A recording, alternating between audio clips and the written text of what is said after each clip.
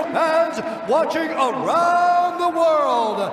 This is the moment you've all been waiting for.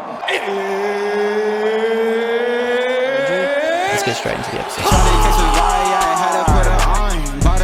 Yeah, we heading for the sun. Charlie got my high, I ain't tripping for the funds. Yeah, I won't start, I ain't tripping, I'm a stun. Alright y'all, today's a Monday and Mondays are for Docs. Thank you for clicking or tapping and let's start today's spew. And guys, you've read the title of the video, you already know who it is. I'm very happy to be welcoming to the Doxcast for the very first time. This is Aftrparty. Thanks for reaching out, bro. Thanks for having me. Gang, bro, gang. Nice Thank you for haircut. coming. Nice haircut. Yeah, legend. He didn't pay me to say that. Now I got my clip I needed, bro. That's it. Thank you. Nah, sweet. All right, bro. Well, as I said, thank you very much. Thank you for the coffee. All right. Not many people ever suggest bringing me a coffee. I'm usually the one to suggest a coffee to them. So thank you very much for that. All sweet, bro. Legend. How far of a commute did you say you had this morning? It's probably like an hour today, man. I had to Yeah. stop by a rug store. Yeah. On the way here. I told you I was gonna go pick up a chair that I found on Marketplace, but they freaking sold it before I got in, man. Spewing, bro. Right, before we get into it, just speaking on chairs on Marketplace, and to be honest, I do this a lot. I'll side it, I do this a lot, right?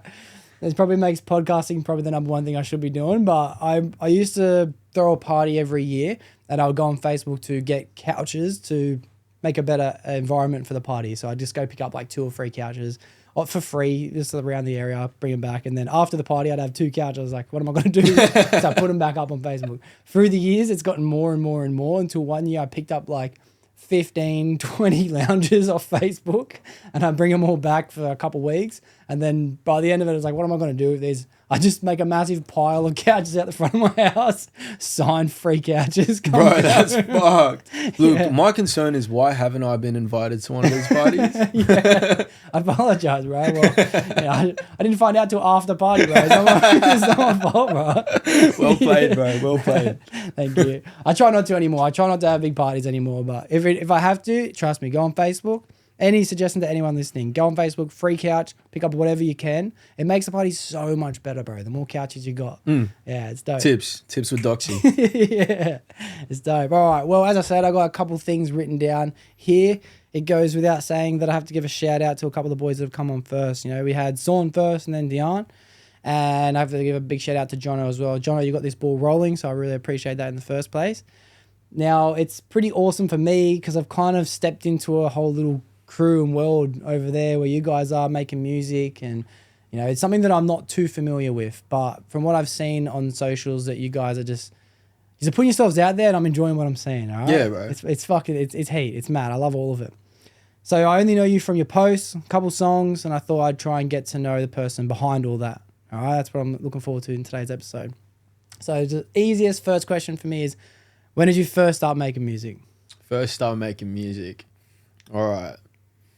First of all, shout out to those boys as well. Luke, who I'm pretty sure was the first to plug me with you. Yeah. He got on your podcast. He was like, "Hey, bro, today. I think I was in the studio with him that night." Nice. And he goes, "Oh yeah, bro, I was on a podcast." I'm like, "Yeah, I saw you on the story." And next thing you know, Dion's on it as well. I think that was last week or something, wasn't it? Yeah, I just finished editing that last night. Yeah. How was that, by the way? Good, bro. Dion legend as well. Yeah. Sweet. Making music, far out. Making music, it's been a long journey, man. It's been like a long process, a lot of like different eras of making music per se. Yeah. Like, I want to say like properly writing music, I want to say maybe 2.5, 3, maybe 4 years now. So, how am I? 22. Probably started when I was like 18. Bro, everyone who's moving lately is either 20, 21 or 22. Like you get to my age and like people are How like, old are you? I'm 25. You get to 25, Not bad no one's at all, doing bro. shit anymore, bro. I don't meet anyone 25. Who knows, they're in a cave or something, bro. Who knows? But the young kids, they're all killers, bro. It's fucking crazy. Yeah, we're trying, bro. Yeah. Far out. Writing music probably started around 18. But doing music, I started... Oh, kind of really depends. Started as a dancer when I was like a little kid, like a little toddler. A b-boy type dancer? Nah, it was more like cute primary school dance group type stuff. Gang, bro. One like of us, Stedfords, bro. yeah. One of us. Yeah. And then, bro, I had to move schools. And at this new school, there wasn't any dance program. So I guess naturally it kind of just went over to singing. Like, I don't know how that happened exactly. It just kind of came about. Was singing since the age of 4. Did heaps of stuff throughout my childhood, throughout primary school, a lot throughout high school. It's kind of led me to here, you know what I mean? Now I'm kind of like doing shows here and there. Finished up a tour as an opener last year around August time.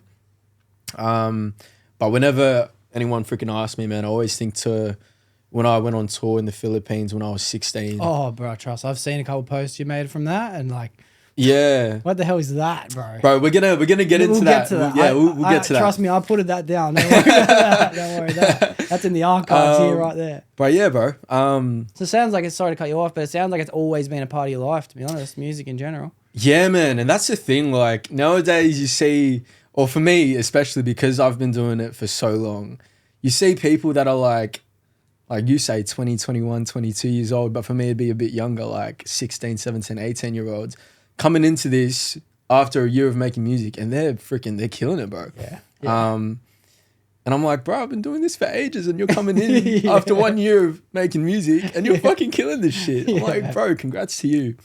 That's the power of the internet, bro. That's what the beast of social media has done to the world. Not just music, but look at content, for example, bro. People can start making videos on TikTok and then within a month have 1 million views. Bro, and sometimes it's over the dumbest shit as well, hey? Yeah. It's so random. Bro. Yeah. That's nuts. But, I don't know, man. Like, making music and all that, it's been... I can't see any part of my life that doesn't have music in it. And throughout the years, I've kind of seen like some of my friends kind of dip out of music, or they've lost the love for it, or, you know, sometimes shit just happens and life gets in the way. But I remember throughout like my childhood and seeing that happen, like some of the people that I looked up to the most, I'm like, fuck, I'm going to do a favor to myself and not let that be me. Yeah. So regardless of whatever happens, music's always going to be in my life. And that was a promise I made since I was a little kid. Yeah, beautiful. That's a mad answer, dude. Like I know some people, not too many people in my life, who have music as a form of expression, you know? They've always had it in their life, and they feel like without it, they've almost lost themselves in general. There's one, Sheila, that I did a podcast with, Taylor, shout out to Taylor. She's always, I've known her since I first met her, she's had music as the number one thing of when you think of her, you think of making music. That's what she's, big Swiftie type of girl. But gang original. Hey, she's original as, trust me, but she's Swiftie, bro. She's a Swiftie. And she said there's a period of her life where she felt like she lost music because her life was going through a bit of a negative spiral. At least that's what she, in her words, and I'm not throwing words into her mouth. Yeah. And she said that it wasn't until she found music again where she found herself again. And it kind of leads me to a theory that I'm building is once you kind of got music in your life, you shouldn't really let go of it in the first place, because most of us don't have something like music to feel connected to with. And if you find that thing, no matter whether it's music or not, you shouldn't let it go. You know what I mean? It's fucking sick. So I have to relate to you as well in the first place. You said you did dancing as a kid. When I grew up, bro, my nickname from about 5 years old to 10 was Dance Man. I was Dance Man. Bro, that's hilarious. I used to have it written on my snapback. Man. I was Dance Man, bro. It was sick. And what about dance? Is dance something that's in your life at all now? Like, or not really? Oh, bro, you could put me in a club and I'll know how to groove, but fuck, I've never looked more uncoordinated in my life. Bro, I don't know what it is. I think your knees just get stiff over the years or something like that. I wish, man. I wish. Like, dancing's the one thing that I wish I could have kept from my childhood. Yeah. Dance is such a skill, bro. Bro, that, but also the community. 2, the girls be banging as hell. 3, it's just, there's so much just, I hear about like some of the toxic side of it, but at the same time, I'm like, fuck, like you literally use your body as an instrument. I'm like, fuck, you can't get any more creative than that, hey. That's so true, bro. I never thought about that. Instead of just using your voice box, you use your whole body. 100%, 100%. Yeah. Fuck, bro. You're singing with your body, bro. That's 100%, bro. It's nuts. That's prolific. And it's like, I feel like dancers, they could be doing the ugliest shit, but know how to look good. Yeah. You know what I mean? It's just photogenic, bro, but like non-stop. IRL photogenic, bro. Yeah. Put on a bit of Chris Brown, bro, in the club. Like, I think I can dance, but like reality hits. I don't want to see it on video. You know what I mean? But singing is one of those things that I've always said I'd pay 6 figures to be able to sing. I'd pay it today. Whatever it would cost, I'd go get a finance, bro. And I'd just be like, what do you want? 250? Yeah, whatever. I'll just go get it from the bank, bro. Like, you know what I mean? Singing is such a skill that if you have the ability to sing, use it. Do you think, in your opinion, anyone can learn how to sing, or is it a natural born gift? Oh, shit. That's a good question, bro. I mean, look, some people can be taught, but there's a difference between, I feel like knowing how to sing and having flavor to it. Yeah. Because like I saw this TikTok recently actually, and it's like this Indian guy online, and he's a great singer. Like he's actually a great singer. But you have to start with "Hear Me Out." Like I know it's no, it's not crazy. It's not crazy at all. I'm not being crazy. Yeah. This is totally PG. But he's going through like different types of singers, and like he starts off with the person with no flavor, like the bland singer who's just going like A, B, C, D. Yeah. And then there's like the raspy one that's like A, B, C. And then he just keeps on going. There's like the country singer, and then the person that overdoes it with like all those trills and shit. Yeah. So I think that's my point. Like you can always learn how to sing, but being able to put that into your own words and your own just energy, I feel like that's the thing that can't be necessarily taught. Yeah, you know what I okay. mean? Kind of like think of like architecture, bro. I was looking at the fucking architecture. Like you can be taught, not that I do architecture, so I wouldn't know shit. Please don't come at me if I'm talking bullshit. But Yeah.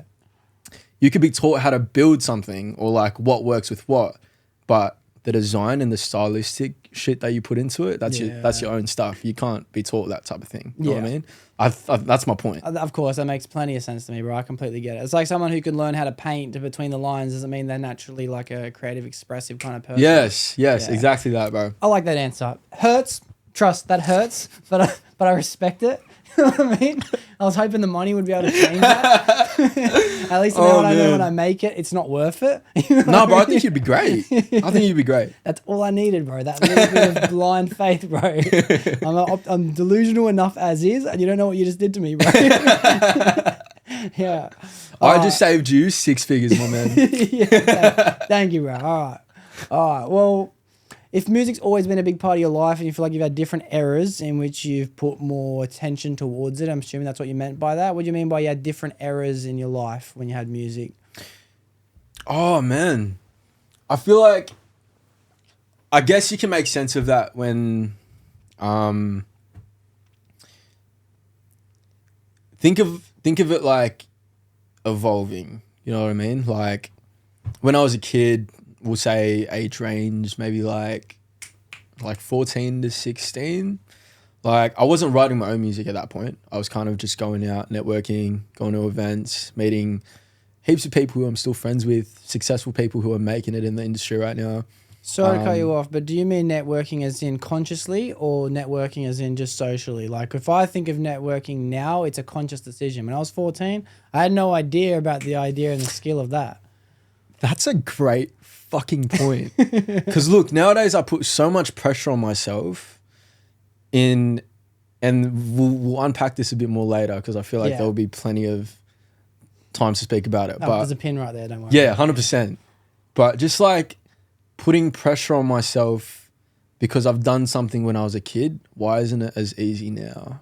I feel like a lot of people are going to be like, that's such a pussy thing to say. Nah, but I get that. But I don't know, like as a kid especially, I felt as though a lot of things were given quite easily to me. Like opportunities, networking with people, being taken care of, getting into places, getting next to people, all that type of thing. Especially because like, I was like a talented kid. That shit came like second nature. I had an amazing personality. I just had like that spark that I was able to walk into a room and confidence. Like, and it wasn't even a conscious decision. Yeah. Like it was just walking into a building. I heard a quote that you might find relation to where it said, the skill is not to walk into a room you're the king. The skill is to walk into a room and not give a fuck who the king is. Ooh, Yeah, heavy. And I feel like that's him. You know what I mean? That guy that just walks into a room and all eyes. That's him. He's not the king because he thinks he's the king. He doesn't give a fuck who the king is, and that's what makes someone stand out. Heavy. Yeah. Yeah, I feel that. Yeah, that hits deep, bro. But yeah, no, I feel like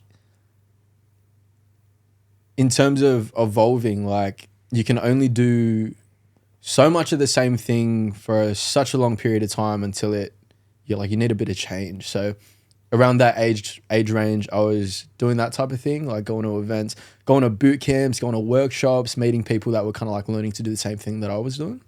And then it moved into like performing a fuck ton. Like I was doing shows at like NRL stadiums and the Opera House, and Wow. Eventually went overseas for a little bit and was just doing gigs, bro, like all throughout Sydney. Yeah. So many memories, bro. Made so many freaking friends. Heap of them are still here in my life. Some of them are MIA, bro. I don't know where they've gone. Yeah. It happens, man. Yeah. Madeline McCann, as I like to call it nowadays. Nah, that's I knew I shouldn't have said that. I might not put it in there. Right? It was a joke I thought of yesterday, but I'll decide later. I'm probably going to go back. Oh, man. But no, like it started there, went into a lot of performing. I was posting a fuck ton of covers on Instagram and Facebook and stuff. Had like a whole little network on socials during that time, which is great. Like a real just clean network of friends, people all over Australia, but mainly here, like in Sydney and then Brisbane. Yeah. They all still are. Most of them do music now, but we've all kind of stayed in touch, which is great. And then I started moving into, as soon as I turned 18, walked into the club, started networking on a different level, bro. It was like event owners, club owners, promoters, that type of shit. Just getting in front of people to make that next step, you know what I mean? Yeah, for sure. And then it became less of doing covers because I wanted to rebrand myself as someone who did my own music instead of playing at a freaking party or private gig, freaking Ed Sheeran, James Arthur. And I fuck with that music so much. People have no idea. They think I only listen to R&B, hip hop and all that. But bro, I don't mind sitting in the car, listening to freaking country music, Ed Sheeran, James Arthur, Dean Lewis. Bro, I can't deny either. Like, I have a playlist called 10% Gay. And it's all that shit, bro. Like, it's all that. And it's just like, I can't, every now and then, like 10% of the time, I'll chuck that on instead, you know? Bro, you know what it is though? Like, for me, those songs and that genre is actually what got me started in singing. So I'm like, fuck, whenever I need to just kind of ground myself or find that voice inside of me again, I'll go back to that those songs because I'm like, that's what started it. That will bring me back. Yeah. Well, that's the beautiful part of music anyway. That music is honestly the most appealing across all. That's why, so for example, Taylor Swift, Ed Sheeran, it's why these people have the most height out of anyone because it's the most beautiful part of life being expressed. A nice voice being able to sing to a community is, bro, I don't know if I can find a more euphoric feeling than listening to something like that. Whereas R&B, trap, it's mad, bro. Like, it's mad. It's all I want to listen to, but it ain't the same thing. It's good for a head bop, but when you're trying to like listen to the story and really feel like the melodies and shit, bro. Yeah. James Arthur. Yeah. Dean Lewis. You feel that in your soul. You feel R&B and shit in your fists, bro. You feel that in your knees and your feet, bro. But you feel some of these heavy artists like in your spirit, you know what I mean? Like, I feel that. Yeah, it's different. But to be honest, bro, I didn't have any idea you were doing these movements like as a youth, like being younger, growing up in this scene of performing and gigs and meeting people and even covering and things like that. I only know you as far back as your Instagram's able to show me, bro. And that's an entire world that you've lived. That's, to be honest, I'd say more exciting than 99% of the planet at this point already, bro. Like most people don't get an experience like that for 80 years on this earth.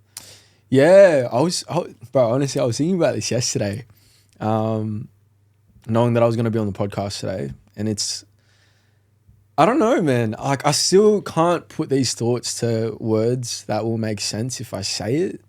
But sing it then, bro.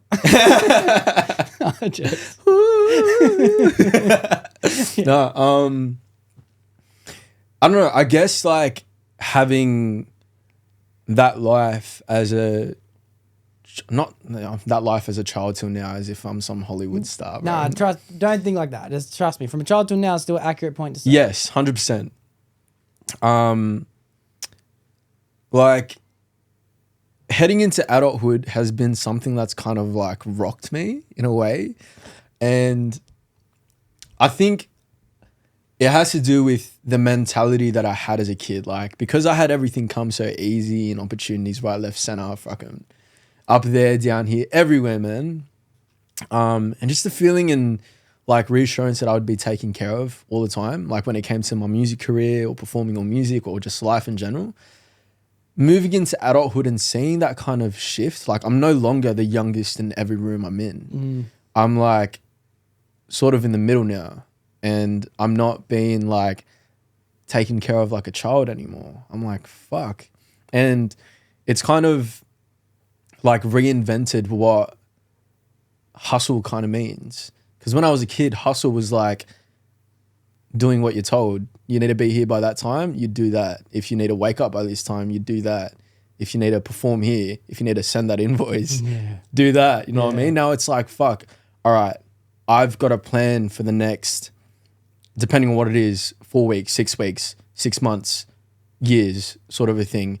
And I got to put in place for myself who I need to see, who I need to do things with, what I need to do, when do I need to do it. And it's like, fuck, like, and people are going to be like, fuck, that's life, man. What are you talking about? I do this shit on the daily. Okay, I get that. Yeah. But it's just been a very, like, kind of like a shock to me. Like, and I've made a lot of these realizations quite late, as in recently. But the whole work ethic thing has really, really changed just a lot for me, man. Like, it's taken quite a lot to realize it as well. Like, about everything in life, actually, man. Like, gratefulness, spirituality, like, they're all things that I had to such a great level when I was a kid. And when life started coming into the play, it started kind of like going on a downhill. And part of me was like, fuck, why is this happening? I didn't necessarily think, why is it happening to me? Because with that mentality still, I'm like, all right, this is happening for a reason. Obviously, I'm going through a rut for some reason. And I was always used to life going up and down in waves like this. So I'm like, all right, I'm going in a rut. I know next is another high. Yeah. But then it got to a stage around 19 where I was like, fuck, this is a pretty long rut, bro. And I'd even say that I'm kind of still like, not necessarily on the down, but still not at a high yet. Yeah. And people can say like, oh yeah, that just means you haven't learned a lesson yet, or you haven't found the lesson, you know what I mean? But with all of the troubles and like all of the hurt and all of the things that I've kind of gone through, like either at the start of that downfall, or I wouldn't call it downfall. What's a better word for it? Just a wave. A wave, yeah. Nice. Good catch. Yeah. The down of the wave, or even recently, like with things that have like sort of been happening, I've learned so fucking much, but it's taken like that much to make me realize such simple shit. Like, man, like even when it comes to family and stuff, like if it wasn't for like certain things happening this year, I would have never been as grateful as I am for family like I am now. And like I knew gratefulness for what it was back then. Yeah. But now I know idea of it. Yeah. Exactly. It's kind of like love, you know what I mean? Yeah. But you know of it. Yeah. Exactly. But I feel like I'm starting to get to a point where I'm trying to just make things simple. Yeah. Because I've spent so much time overthinking, bro. Like it's so draining on me, and it has been for so long, that now with time pressure and like just wanting to succeed and wanting to have a great future ahead of me, like I'm like, fuck, you can't just wait around and think that you're going to be taken care of no more. You can't just wait around and think oh, opportunities will just come at me. You know what I mean? It's a time where you got to work now. You can't just wait around and fucking sit on a couch, do your thing, and hope that someone's going to notice. And it might seem simple as hell. And I guarantee to you that those 18, 17, 19-year-olds that I was speaking about earlier who've only been doing this for a year come in and get that right off the bat because they didn't have that, like, that elongated career where from day one they were being brought up. They started there where they saw everyone else working and shit. And it's not necessarily a disadvantage to me that I don't have that mindset, but it's like, fuck, I've been dealt the cards where I was brought up easy, and now I've got to realize how much work I've put in, how much time I've put into all this shit that I've been doing through each era, through each little new phase of evolution within my career. And with every evolution, I just got to work harder. It's not a case of, fuck, I had a massive achievement. I toured the Philippines. Let's get content with it because I've done this. I can relax. Yeah. It's not like that. And it never has been. And it's fucked because these realizations just keep coming in the weirdest ways and in the harshest times sometimes. But without them, man, I wouldn't have realized it. Yeah. All right. First of all, I think that in order to evolve, there's a great quote, and I will throw a lot of quotes out here. One of my favorite ones is, true growth only comes from recognizing you're tired of your own shit. And then that means that it's only realizing you want to change your current situations that really propel you forward to make moves and adjustments to become a better version of yourself. No, in life, there may be opportunities like you had growing up where things kind of present themselves to you, you know, especially through natural born talents like being able to sing. I'm sure those opportunities come to a lot of people at different times in their life, but you get pretty content with the fact that things are coming to you. It's not until anyone in their own personal journey realizes they want more and they're not comfortable anymore. When you're comfortable, you get content. When you're uncomfortable, I think comfortable, bro, being comfortable in itself is one of the most dangerous feelings to feel as a human. Like, suffering is kind of a good thing. That feeling of wanting to be more, wanting to be different, the pressure of knowing the future is your responsibility, knowing that it's only your decisions today that are going to make something tomorrow better. Like, that's a good feeling, bro, because that's the only thing that's going to make us want to achieve more. I wouldn't feel like it's been in your experience, like it's taken me so long to have these simple realizations.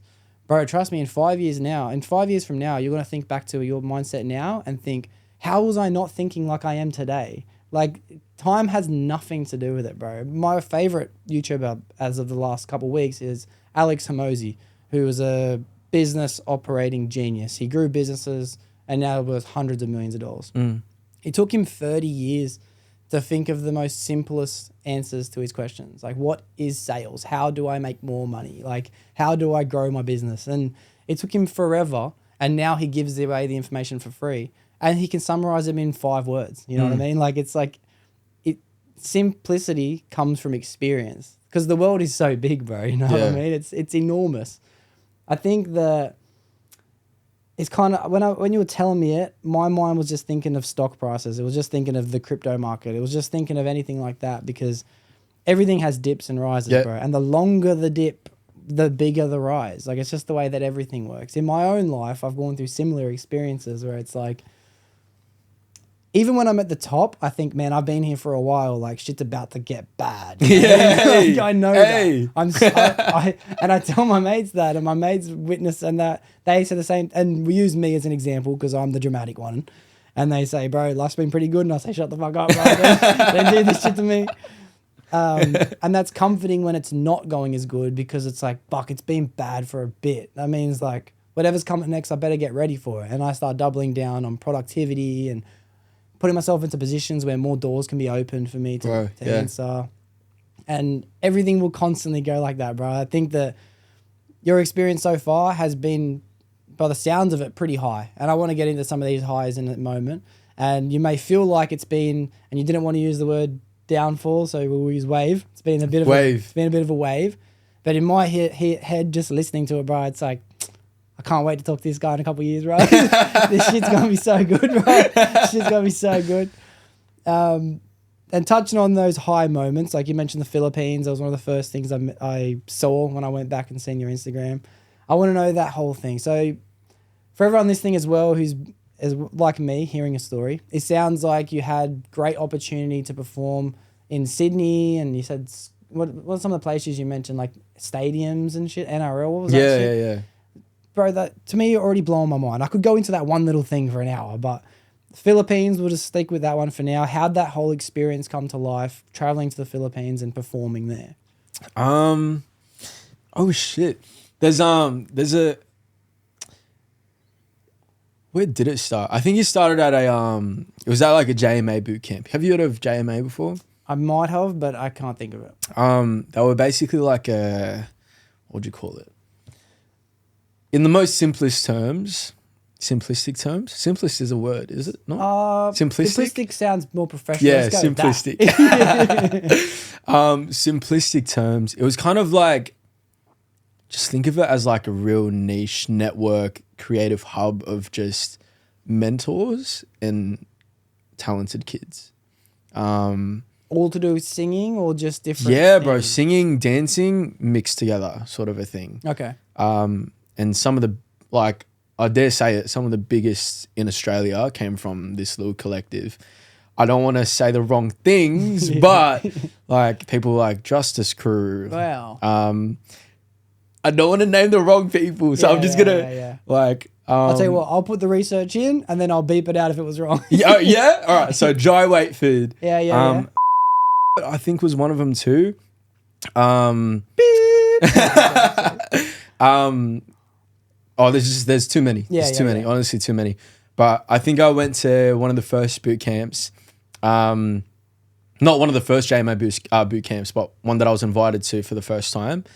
And it was a collaboration between Morris, who's currently fucking in Dubai doing some big money shit, and then Marco Solorio, who was the tour manager that took me on board.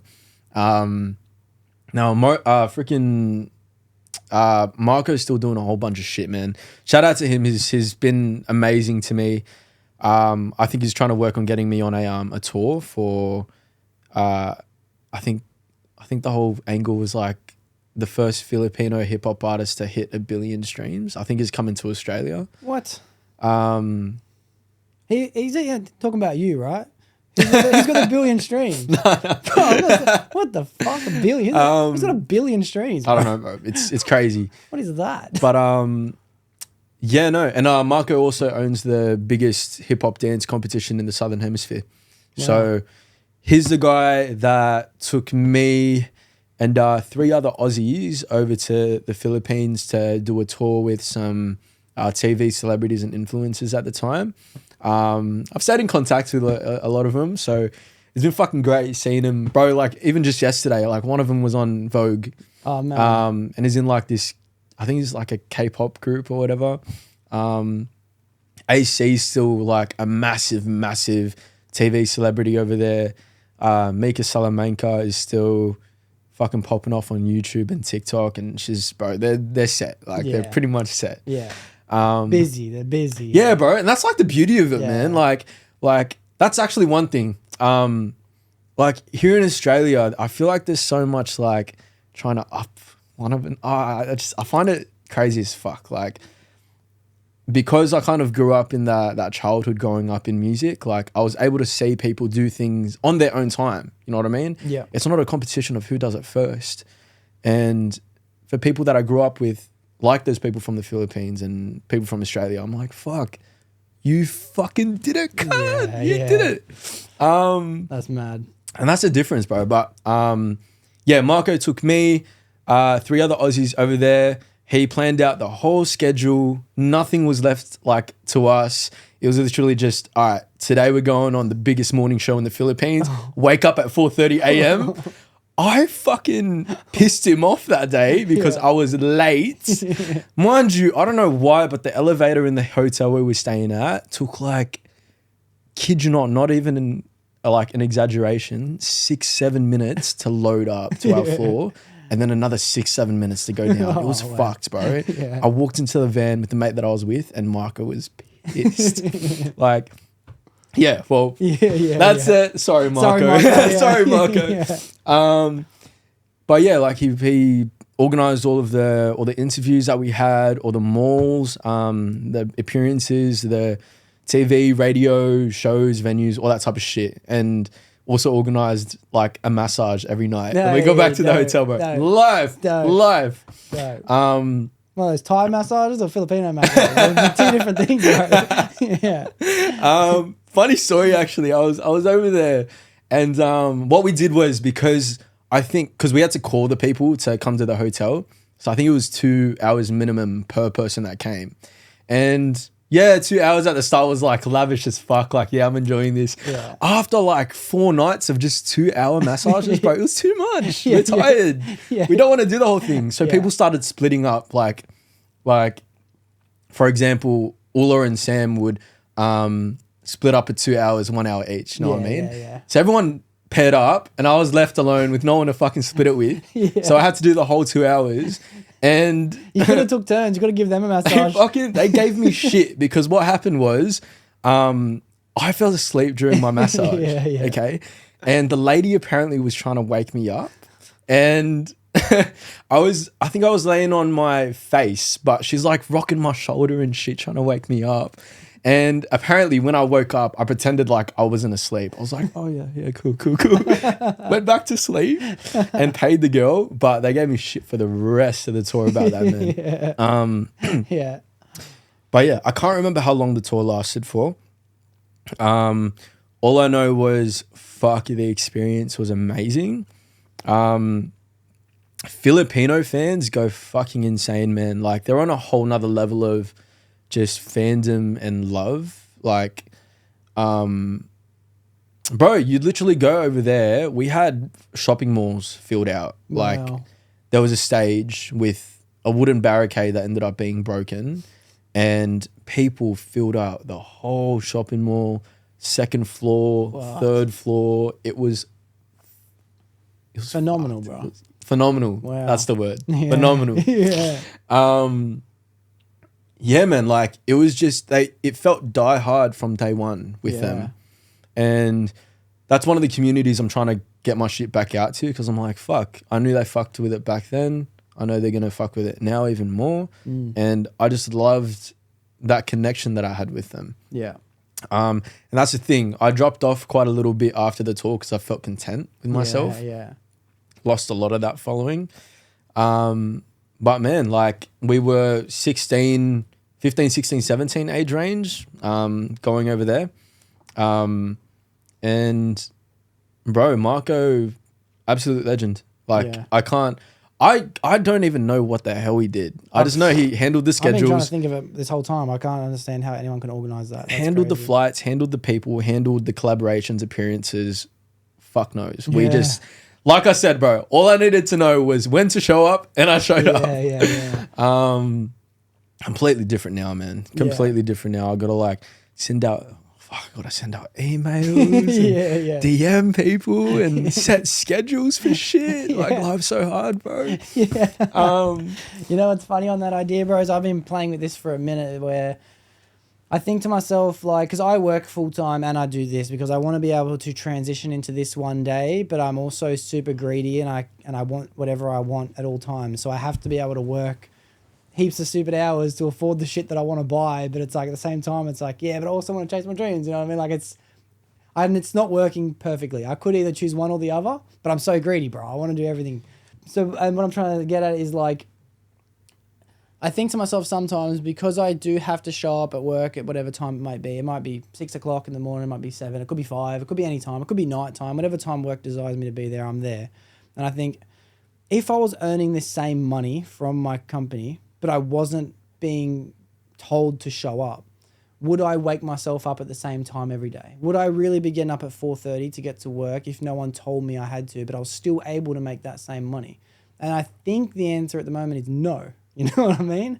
I think once I get to my own mindset of I'm going to wake up at 4:30, despite whether there's going to be money or not, then maybe life will start presenting me better opportunities to start progressing. You know what I mean? But I know what you mean when you say it's different when someone's telling you to do something, or when you have to decide to do it yourself. It's a completely different way of life. It's a completely different way of thinking. It's a completely different individual. You know, you're a different person in both scenarios. Yeah. So not a lot of people knew this about me, but I had a sunglasses brand called Hood Vision Shades. And it was like name. it Nice was like name. a party like type shades, sunglasses, pushed them out to festivals, clubs, parties, all that type of thing. And around the time that I started coming up with the idea with that and slowly started bringing it into fruition and stuff, I was in the whole lifestyle of waking up at 6, like going to the gym straight away, brushing my teeth, off to the gym straight away. No extra thoughts. Yeah. It was like a wake up as soon as your eyes open, feet on the floor. I don't give a fuck if you keep snoozing, but you have to have your feet on the floor. That was my rule. Yeah. And I don't know how it was so easy back then, but it was just back then it was a very simple way of life. It was like, all right, this is what I do. It works.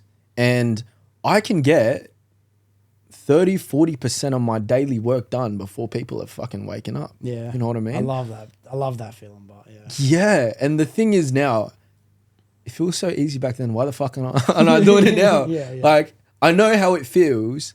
I know how productive I was. I know how productive I want to be. Yeah.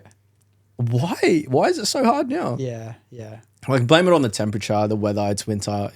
I know that's just an excuse. Yeah. That is by far the... Damn, man, I thought that was my reason. That's my excuse too, bro. Yeah, straight up, man. Like, I don't know, man. Like, a lot of people say, like, discipline. And I think that's my problem. Like, discipline might be my problem. Yeah. And that sounds like a very big confession to make. But, like, back then,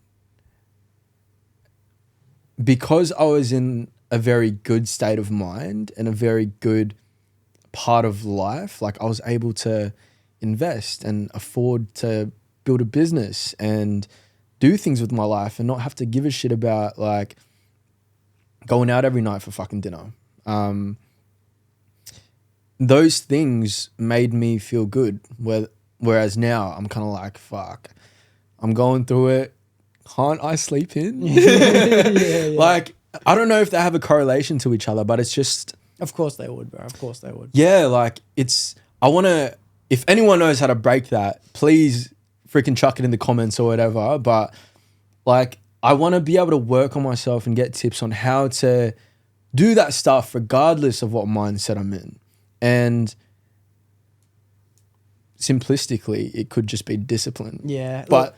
yeah, I don't fucking know. The answer is discipline, bro. And it's like I hear all I do is listen to podcasts, so I hear quotes, I hear words of wisdom every day. And it's like it sounds amazing and you can only apply it to your own life once you've already made that decision. Once you've gotten yourself into the mindset of being the type of person who that works for, then it's a good quote. But if you're not in that mindset yet, they're just words. So one of them is like, fuck your motivation. It's all about discipline. So everyone knows, like, if you wait for moments of motivation, nothing will ever get done because motivation is one of those things that comes around every now and then. Yeah. Once you build a routine in which life is good, like you were saying, waking up at 6, getting your teeth done, going straight to the gym, you don't have any motivation to do that.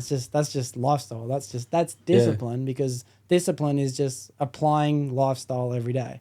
So what I'm trying to do, and this might help, but I haven't even done it yet, it's something that I'm trying to give myself time for, and I might even start tonight, right? So if you want to try it too, let me know. But I'm trying to break that same habit. I feel like the person that goes to bed and the person that wakes up in the morning are two completely different people. Like in my life, I might tell myself, tomorrow I'm going to wake up and go for a run. It's barely ever that person that wakes up in the morning has any fucking belief in what the guy last night said. He's like, I'll go to bed like, fuck yeah, I'll wake up early tomorrow, no matter what. And then I wake up in the morning, I'm like, who the fuck is that guy?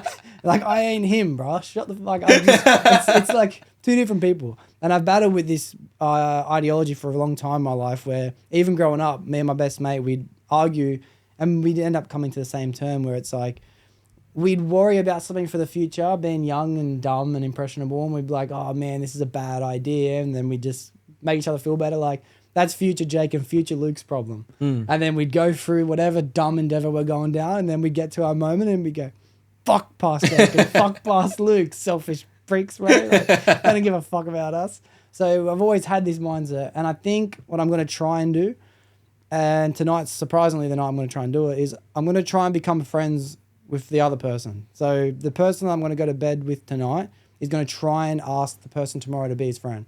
And then when I wake up in the morning, I'm going to choose whether I'm going to listen to what he had to say or not, or completely disregard who he was as an individual. And I feel like if I can find a good, comfortable balance between the person I am today and the person I will be tomorrow, I might help have a happier life. You know what I mean? Like, it's just a thought that I've been playing on, but I'm keen to see how it goes. I like that philosophy, bro. That's mad. You're like building a connection between those two people. Yeah. And I kind of think of like every day 1% better sort of a thing. You're not 1% better if you don't listen to that person. Yeah. You know what I mean? Yeah, you're 1% more arrogant if you didn't listen to that 100%. guy. But if you can be friend, and I have this mindset because I've been in a bit of a position in my life for a couple years now where it's like, forget what I want today. What I want to do today isn't important. Let's just focus on the person tomorrow. And the guy who was me today would suffer, so the guy in the future could live a better life. So I never enjoyed my time. I didn't allow myself to spend much time with family, friends, girlfriends. Anything I wanted to do, it was like, let's get back to work, you know? Girlfriends like at the same time? No, like no. multiple? If only. Hey, what are you trying to do, bro? Hey, keep it quiet, bro. I feel like, and then that's kind of the same mentality as the other version of me who's like, forget what he wants to do. Like, I'm more, forget the guy last night, you know? It's the same mentality. It's just looking at it from two different sides of the same coin. And I think that I still have to enjoy the person I am today. Like that idea of, fuck, let's not enjoy the moment, let's just worry about tomorrow is a bad mentality to have, because balance is what's really important. And if what's 1% better than yesterday, if we can be 50% present and 50% trajectory, then we're 50% better than the person we were yesterday, because we're also 50% towards the person tomorrow. And every day that should just continue to walk such a great path to get to where we want to get to and enjoy the ride we've been on to get there in the first place, you know?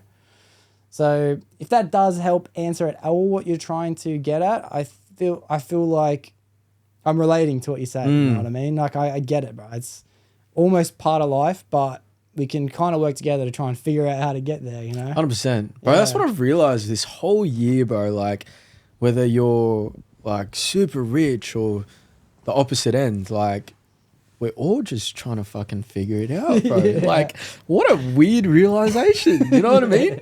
Like, we're all just trying to figure it out, man. Like, whether that's, like, how we're going to get to having a beautiful family in the future, or like making more money in the moment, or how to be more present, bro. We're literally all just fucking here living our own lives. I relate to what you say. You relate to what I say. I relate to fucking thousands of other people. Millions of people relate to us. Like, we're all just fucking going through the same shit. Bro, I've heard people come on the podcast and say things to me like, one of the best things I ever realized was that everyone's faking it. Meaning that, like, doesn't matter who you interact with, bro, they're bullshitting. Like, that guy ain't the guy he's trying to be. He's putting on a show to be that guy. And that makes you feel more comfortable because you realize that he's not an unrealistic expectation of what you can be, because he's just faking it in the first place. And that's one way to look at it. And I got a friend who said to me recently, one thing I've noticed is that everyone's going through it. Everyone's going through it hard, bro. Everyone's suffering. And it's like, I hear what he's saying, but that's just one way to look at it. Another way to look at it is we're all just trying to figure it out. Like, you know, like no one has all the answers, bro. Not a single person. Like, all we're doing is we're just taking tiny little bits of wisdom and we're just passing on the next little thing to someone else. And then we'll find out that what we just told him was wrong. Fuck, sorry, bro. And someone else will tell us the right bit of information. Yeah. And it's kind of the beauty of life, in my opinion, you know, like we shouldn't have it all figured out. We shouldn't be happy with the idea that our future's going to be great no matter what. Yeah. It's kind of good that we don't know what the fuck we're doing, bro. You know, like, I love it. It makes life our playground, bro. There is no answers, bro. Yeah.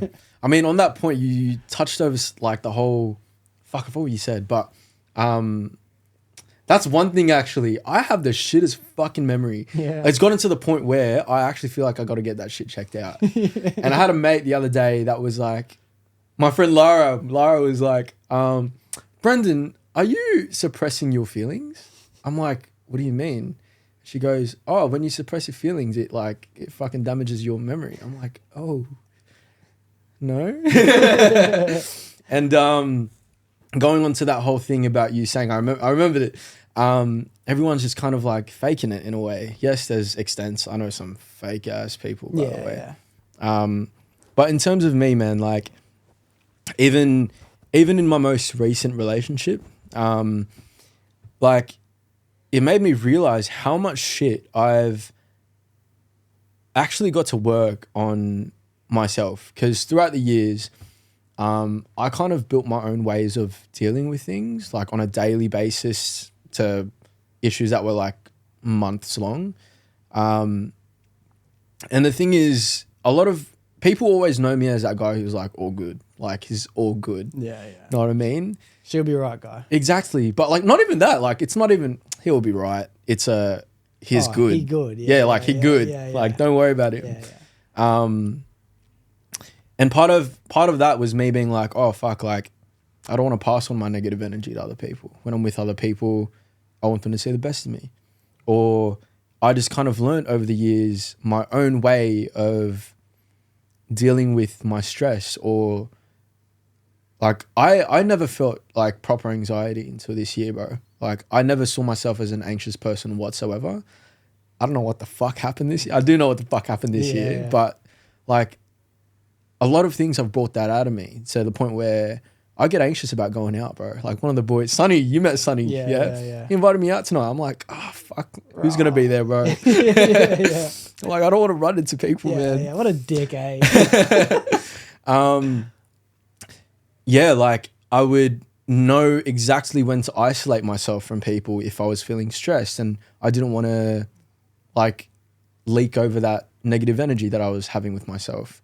And being in such a relationship, bro, it was long distance, mind you. So every time that we were with each other, it was like 24/7 with each other. Like we'd give every second of our time to each other, which was beautiful, but it really brought out those things that, it brought out the truth, like the vulnerability side, like the way that I deal with my problems would leak over to them and vice versa in ways, you know what I mean? And that was the shittiest thing, like beautiful and tragic at the same time, bro. Like I hate that it took that to realize, but it also did take this to realize a whole bunch of other things, like the amount of support I have from my family emotionally. And also realize that, fuck, I've grew up and spent so long treating myself internally this way and learning to cope with my stresses and shit this way, to the point where if someone asks me, oh, what are your stress coping mechanisms? I'm like, I have no fucking idea, because this is just how life has been for me. I've never had to put it into words. It's just something that I've subconsciously done over years and years and years and years, and just put little blocks of like Lego together piece by piece. And I've never had to explain it to anyone, because when I'm doing these things, it's on my own. I don't want to leak this energy over to other people.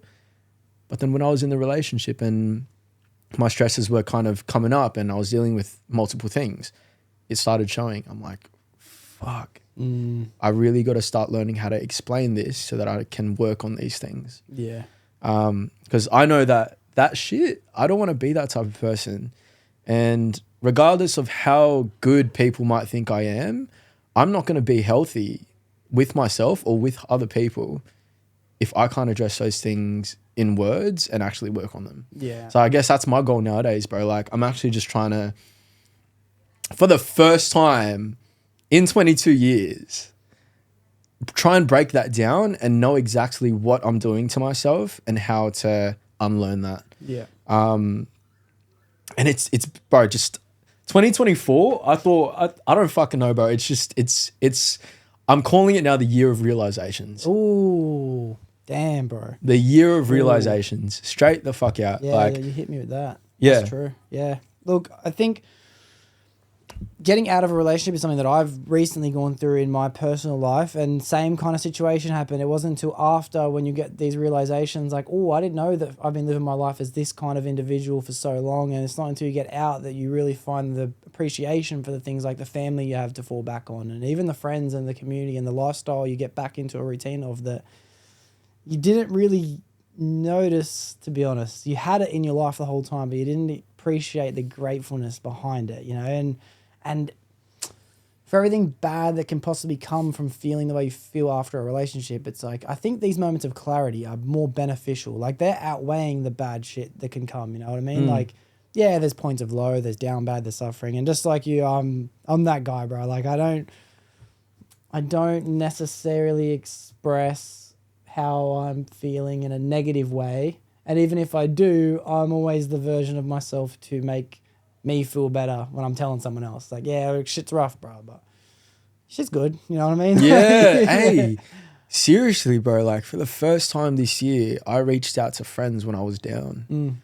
Like, I've never, ever done that before. Like, throughout years and years of childhood and shit, like, I've never reached out to family, to friends to speak about my issues.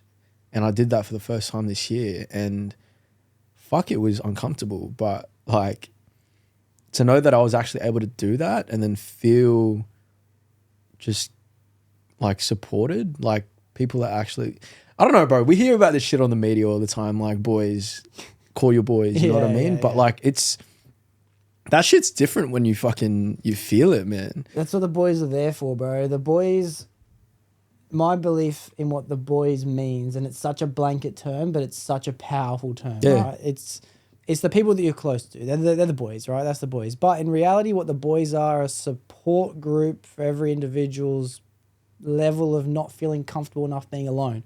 So when you're able to get together with your boys, it's such a euphoric feeling because you're no longer by yourself and you have people to enjoy your time with. And the thing about the boys is one person can leave and go get into a relationship, but he could be in that relationship for a week, he could be in it for a decade. Like, he's gone. Good farewell. Rest, enjoy it, bro. You know what I mean? And then someone else might come in and then someone else might go out and your life will consistently have the boys in it.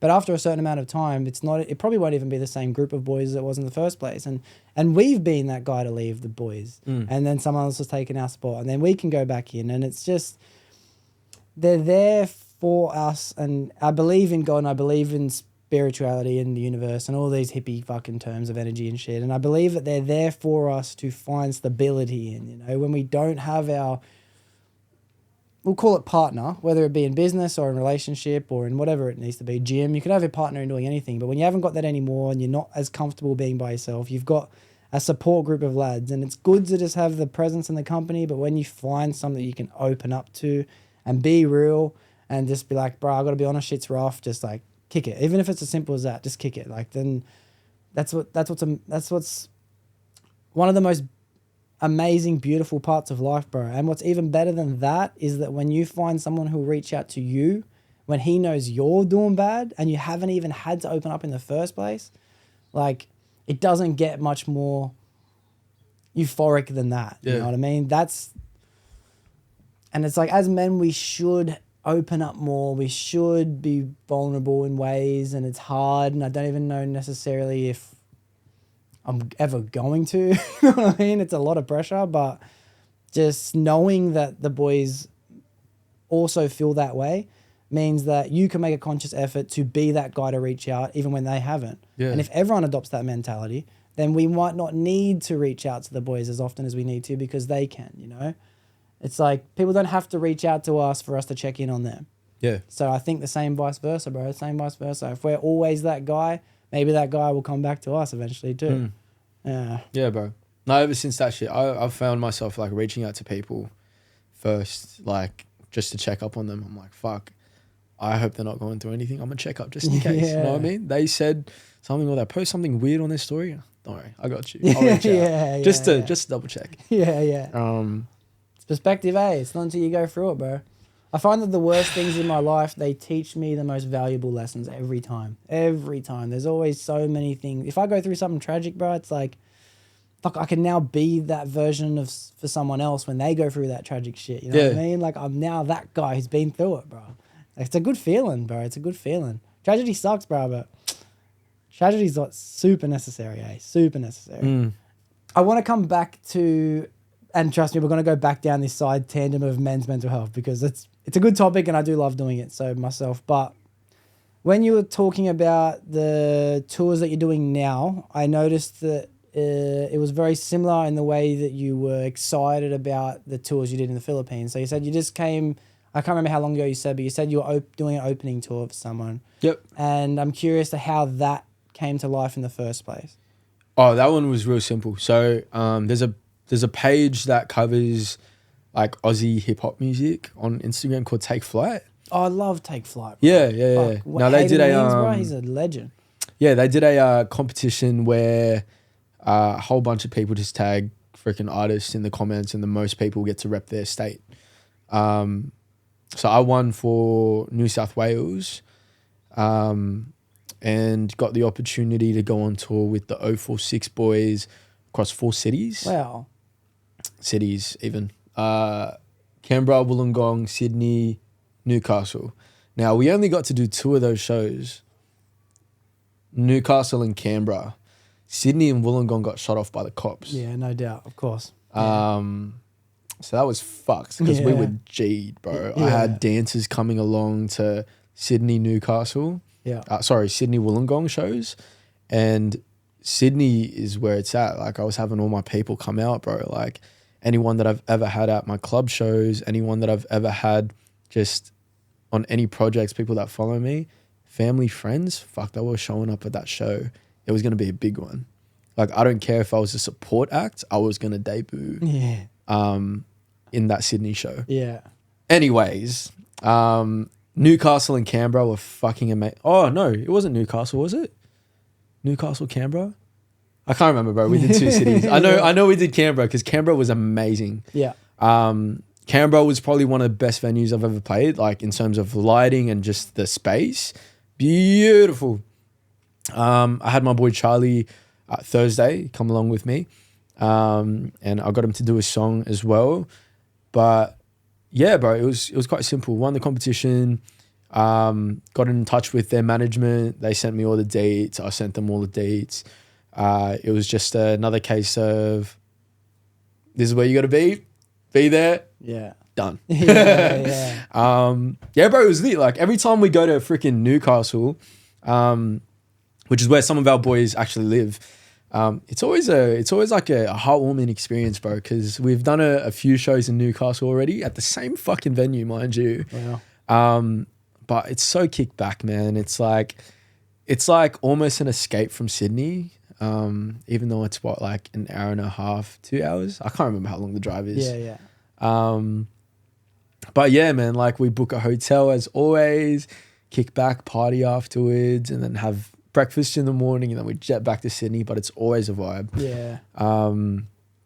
Canberra was different. What did we do in Canberra? Canberra, we got a space as well. I can't, bro, my memory's playing up with me. Must be suppressing feelings, hey? Yeah. I got you, bro. Don't worry. I got you. Yeah. Yeah. It's sorry to cut you off. It's a pretty amazing experience to be able to meet people like that. Like the 046 boys, like, I'm a fan of the shit they do. Like, Oh, man. It's very fortunate, you know, and it doesn't just come from luck either. Like, to be able to put yourself into a position where even Hayden from, I think it's Hades, whatever his name is, from Take Flight, he can, you know, create a post, and then you can get the most love from your city, New South Wales, whatever, to then get that. Like, it just means that you're doing the right thing in the first place, bro. Luck, and I discussed this with my last guest this morning, actually. Luck isn't necessarily a thing that everyone thinks, oh, why not me? How come that guy's got luck? Luck is just, you've put in work, you've shown what you can do, and then it's just your turn to shine. You know, that's all luck is. Luck could have come for some people in 5 years' time. Luck could come from some people in 1 year's time. Yeah. Luck could come to me tomorrow. But luck is just because you've put in the work to get to the position you're in, you know? Even luck when it comes to buying a lottery ticket. Like, you still had to buy the lottery ticket in the first place, you know? I wish it was that fucking simple, man. Yeah. I know a couple, like, families who have, like, won lottos, and they're just like, they're cruising. Yeah. They're absolutely cruising. But what I'm getting at is, and I'm playing devil's advocate against myself, because I hear things like you going on tour and performing with these artists, right? And it's kind of like, and a lot of people who are in music in general, or want to be in music, might look at that and think like, oh, he's lucky he gets to do that. But if I never buy a lottery ticket, why am I complaining that he won the lotto? You know what I mean? Yeah, I feel How that. about I should buy more lottery tickets? Yeah. How about I should spend the next 10 years buying a lottery ticket every single day if that's what my main goal, to win the lotto? But if my main goal is to be performing on stage with artists that I love listening to, and sharing moments and being at after parties The Aftrparty, the Aftrparty. That's actually like Aftrparty is a dope You have name, no bro. idea That is how a many dope name. fucking times I've heard that. I didn't even realize it was Aftrparty, you know what I mean? Until now. Oh, for real? Yeah. That's crazy. That's sick, yeah. Dope name. But what I'm getting at is like, it's amazing what can be done if people chase their dreams, you know? And the more I do the podcast, the more I realize that if people actually are active in pursuing the thing they want to pursue, they will find themselves in positions that they can be proud of. And even if they don't notice how good their position is, a lot of people will be jealous of the things that they're doing because they're not doing them in the first place. You know? It's fucking incredible, bro. And sorry to cut you off, but you did say this Canberra show. You were going to explain what happened at this Canberra show, but I had to throw that out there. Like, I was thinking about this. The quote, "Nothing changes if nothing changes." I love that quote, You know what I mean? Yeah. And I feel like I just like the people that say that type of shit. I really don't give a fuck about them because they're just. Hey, Theo Von said that, bro. Wait, what did he say? Nothing changes if nothing changes. That's what Theo Von said. Oh no! I didn't mean about that quote. Okay. I meant people that say like luck. Oh, they're so lucky. That type of shit. Yeah. I don't give a fuck about people that say that from a negative perspective. Yeah, you know what I mean? Like yeah. they're hating down on you for putting in work and being lucky. Yeah. I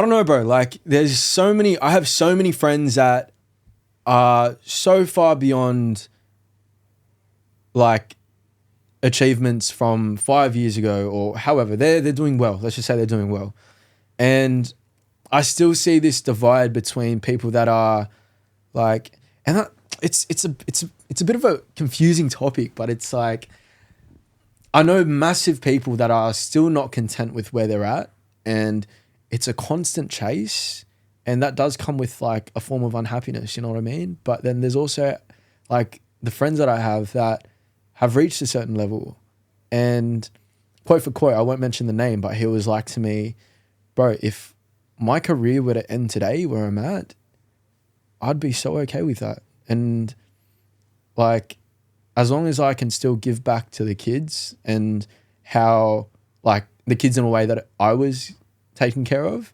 I'm fucking happy with that. And this guy's huge. Yeah. And this guy is still doing music, but he's not posting as consistently. But like, that's where I'm trying to find the balance. Like, fuck, am I really at a stage where I can be content with myself? Isn't being content what put me down in the first place?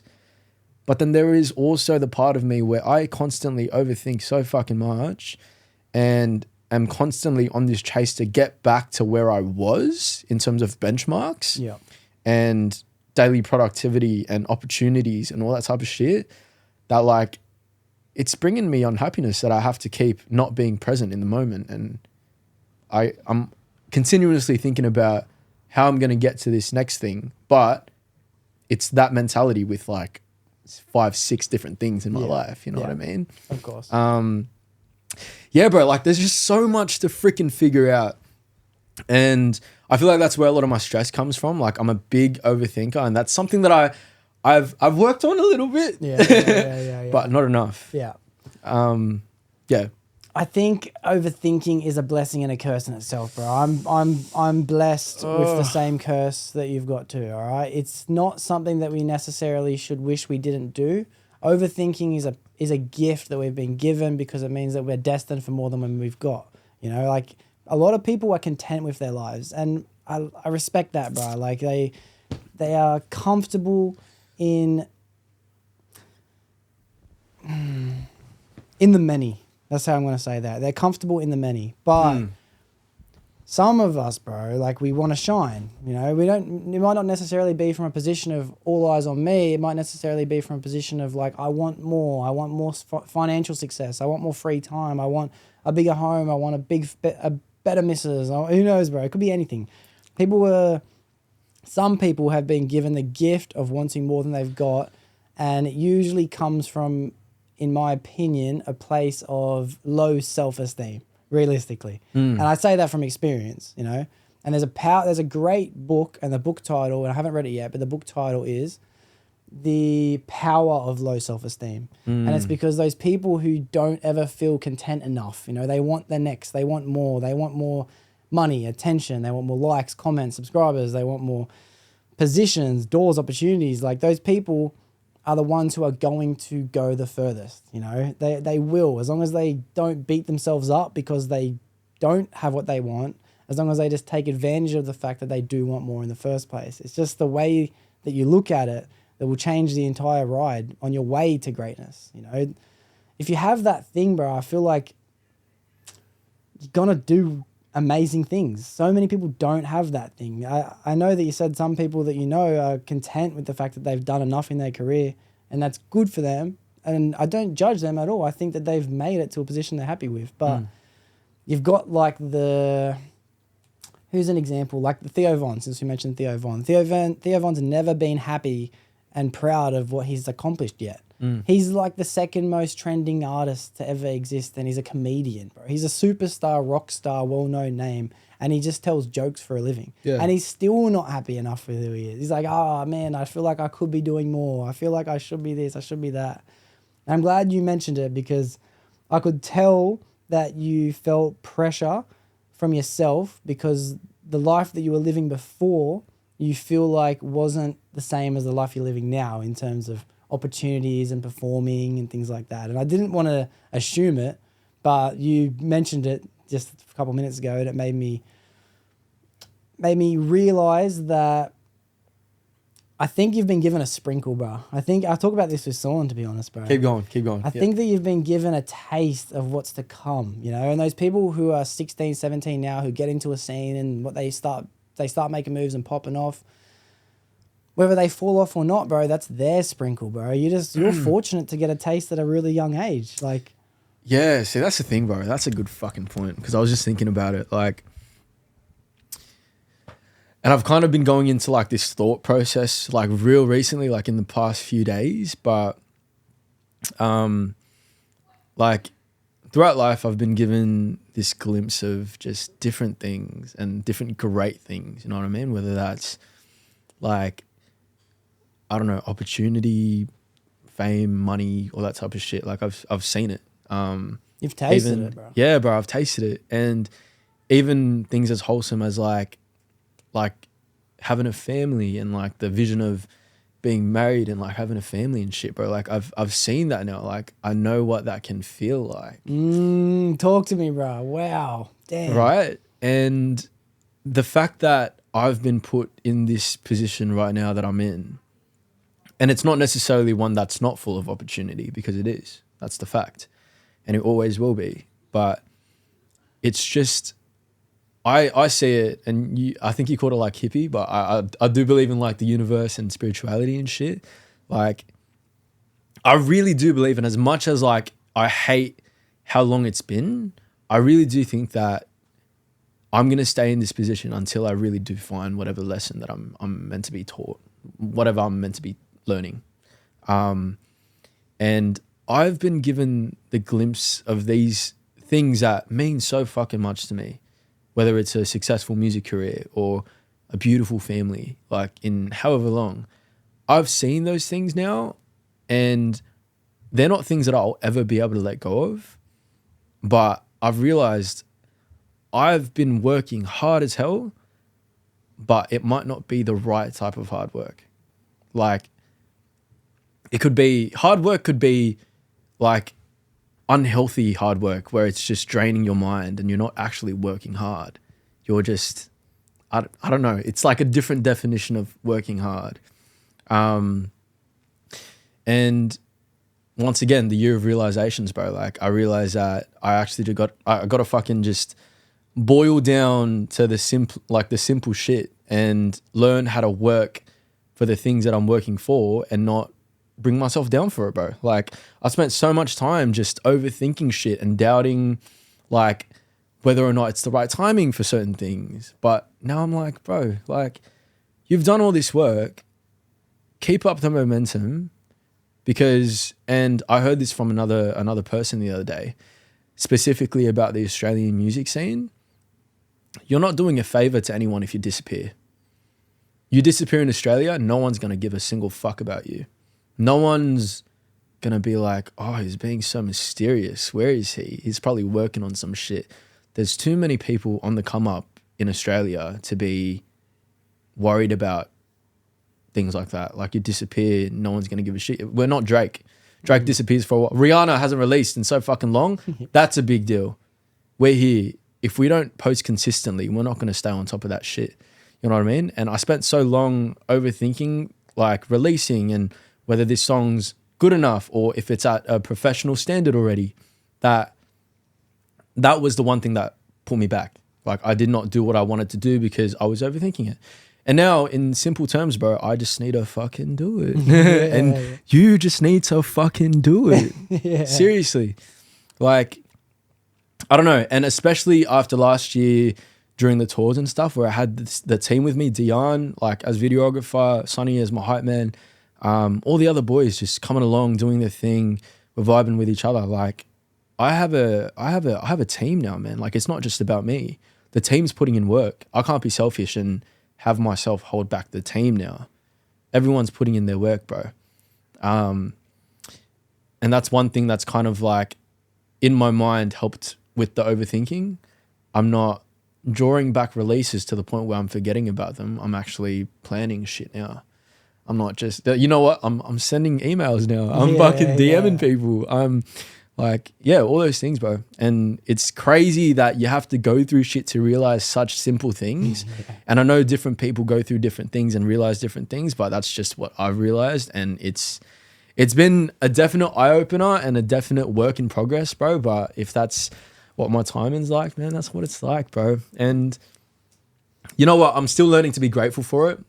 It's just what it is. Yeah. For sure, bro. I think having the crew that you've got is... I said this with someone, so I'm going to try not to say exactly in words as well, but I think that to be able to grow with a crew is the most exciting thing I can ever dream for. You know, if I can have a team and do my dreams with a team and come up together as a unit, like that's the crew I'm looking for. You know, I don't have many people in my life that share the same interests, share the same stories, but from what I've met with you boys is like you're all passionate about what you're doing. You know, pressures or no pressures, you're actively putting things out there. And people are enjoying what you're doing. I'm enjoying what you're doing, bro. I'm liking the music that I hear that you put out. You know, I'm liking the music someone puts out. I like the creative expression that Dion has as well. Like, I think that you have captured my attention, bro. I'm gonna put you onto my friends, and if only a couple of them listen and actually go and check out what you're doing, I guarantee they're gonna like it too. But it's just putting yourself out there in the first place. It's not overthinking it, not overworking it.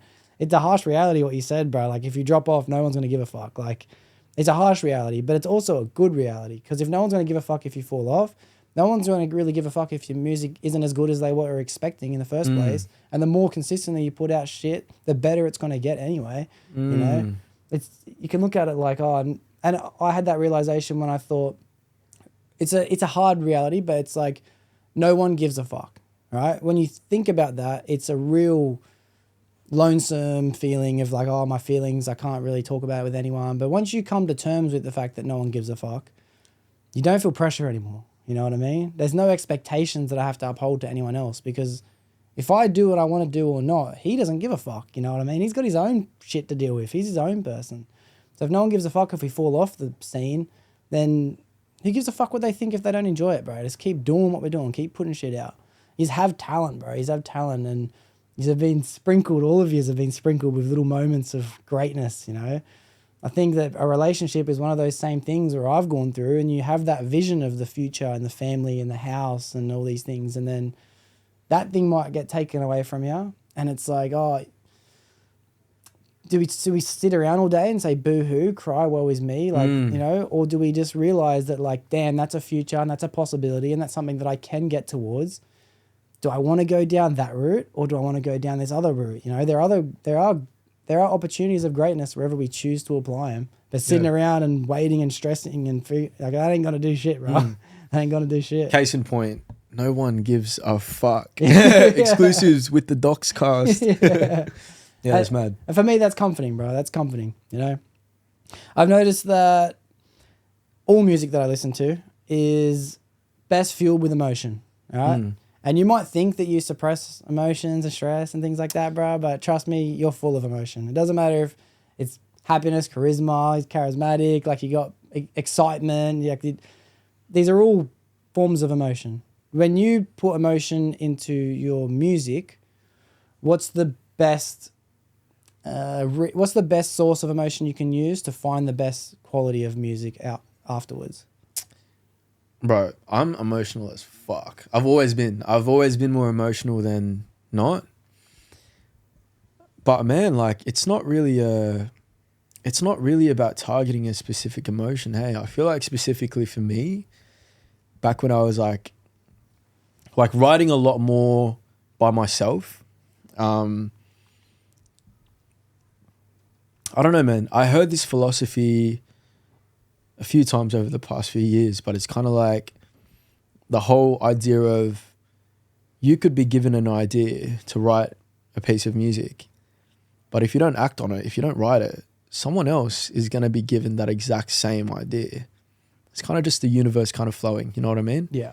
And I felt that to a very, very real level. Like I felt like every time that I closed my eyes and channeled whatever wanted to come up, like it was a very free flowing thing. I didn't need to like think about anything specific. I'd literally just, it was like a form of meditation for me, bro. Straight out, just listen to a beat, find one that connects with me truly, like one that actually speaks to my soul, and then close my eyes, visualize whatever wanted to be visualized at that point in time, and then just let it flow out. And most of the time, bro, it'd come out as a perfect melody that flowed on perfectly onto the next section.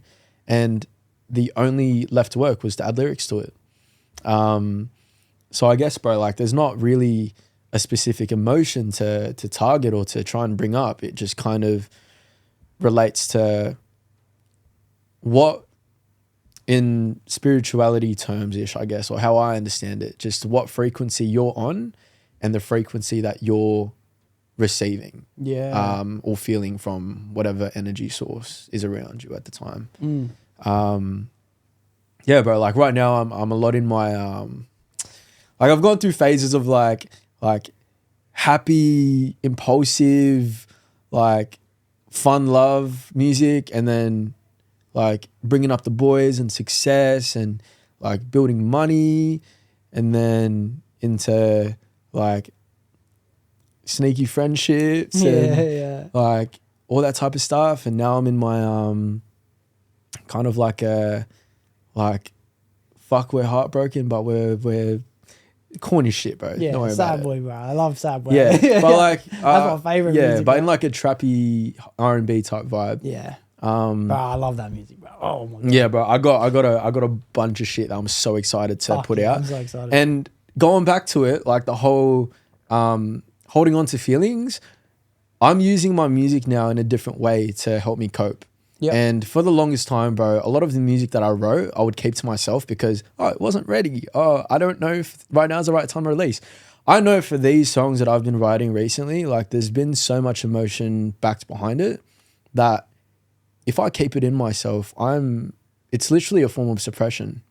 Until I drop these songs, I'm not going to be able to give or basically let go of those feelings. And holding on to them will just do me a disservice. And in my perspective as well, I'm also doing a disservice to the people who are going to listen to my music. I'm a big believer, and another realization, that when you write music and it comes from a very true, authentic, like energy connection type vibe when you're writing, that energy is meant to be put out into the universe now. Yeah. You know what I mean? Like songs that I felt that about back then, if I didn't release that back then, that's not going to have the same energy impact that it has now. It would be weaker now. The things that I'm writing now are meant to be put out now if they come from that much of an authentic place. And for me, I think that point in itself is going to make me release these songs that I've been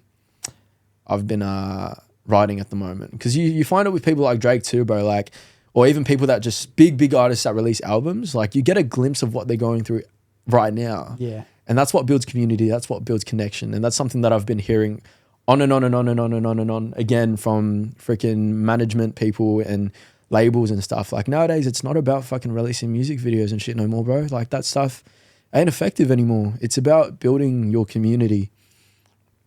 Regardless of if you have 1,000 followers or 200 views on a reel, bro. If you have a community who's coming back to watch your shit over and listen to your shit over and over again, you're doing better than half the population. You're doing better than every other artist that there is. Because I've been told that so many people are just focusing on streams and numbers and shit and virality, but I know for a fact virality, like that shit doesn't do anything. I had a TikTok blow up to like 7 million views, and bro, my TikTok page pumped up to 10K, but the video was like of one of my like ex's asses. Yeah. It was some weird shit, bro. Yeah. And that blew up, but now 90% of my following is fucking old grandpas from the US. They don't give a shit about heartbreak love music or R&B. So that's the downfall of trying to be viral, like quick attention and shit. Yeah. Community is where it's at, bro. I've noticed that incredibly, bro. Like look at live streaming, Twitch and Kick and all these apps. Yeah. Right? The reason why these creators are the most influential creators, the Kai Cenats and people like that, is because they've created a community of people that are actively involved in their life and how they're feeling on a day-to-day basis. You know what, bro? I want to know how to get to that level of I don't give a fuck. Yeah. It goes back to that point. You were saying something like we were talking about overthinking, and I was thinking in my head, bro, like I wish I was just like, I wish I had no brain. I wish I didn't think, because then I'd actually go and do shit. Yeah. And people like Kai Cenat, bro, I've seen some crazy content from him, bro. Yeah. But it takes that. Sometimes it really does take that level of I don't give a fuck to actually do shit and get attention for it. Yeah. Because if I'm over here overthinking the things I wanna say, or like overthinking the things I want to release, bro, there's so much energy and potential kept inside. Yeah. That it's not going out, and that's doing a disservice, bro. Yeah, I don't know, man. Well, they're moving with intention. You might think that they're not giving a fuck at everything they're doing, like, but these big streamers, they're moving with intention. I've recently gotten into a big phase, like over the last week, of more and more Kai Cenat shit just to entertain me when I'm driving and shit. And I've realized now, like, he ain't winging nothing.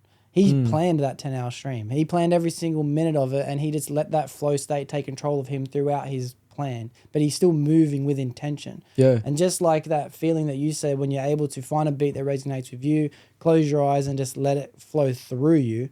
And I feel like that's how all creativity comes to life. That's the universe expressing itself. People think that we are individuals spawning inside a universe, becoming aware of ourself inside of one. But so far, we have not found any life outside of this planet, right? We have not found aliens anywhere. We've got no messages. Everything's just conspiracy. I'm on the side of there hasn't been, and I'm just going to play this for this point. There might be, but we'll go back to that another episode. Like, I think that if we are all that we know, right, and the universe is forever expanding and infinite, then we are the universe. We are the eyes, the ears, the mouth, the nose, and the thinking capacity of the universe. We are the universe aware of ourself. We are the thinking capacity of the universe. We're the senses of the universe. We are, and to close your eyes and to let something come through you, it's because it wants to come out. Like, this is, you got to take away a little bit of that pride sometimes about what are people going to think of me, and you just have to let the universe do its thing through us, bro. We have to just let the music come to life. If we've been given positions of heartbreak or excitement and motivation with the boys, like, it's our responsibility to let that thing come to life through us. And it's not just a disservice to ourselves if we don't release it, it's a disservice to the whole fucking existence, bro. Like, it's like, imagine getting to the end and you meet the judge of whether it's God or whether it's whatever you choose to believe in, or whether it's yourself and you're reflecting on your own life. Imagine being told, like, I put you in this position and you were meant to do this. Why didn't you do that? You know, you experienced this at this moment, you never did it. David Goggins looks at it from a sense of, like, he doesn't want to die and get to the end and someone says to him, like, man, you were meant to be great. You were meant to be the ultra marathon runner. You were meant to hold the most push-up and pull-up competitions. You were meant to be this motivational speaker, but you never got up out of bed. You know, what a waste of an opportunity that you had. So he does everything that he thinks he can do, and as soon as he has an idea, he runs with it from that moment onwards.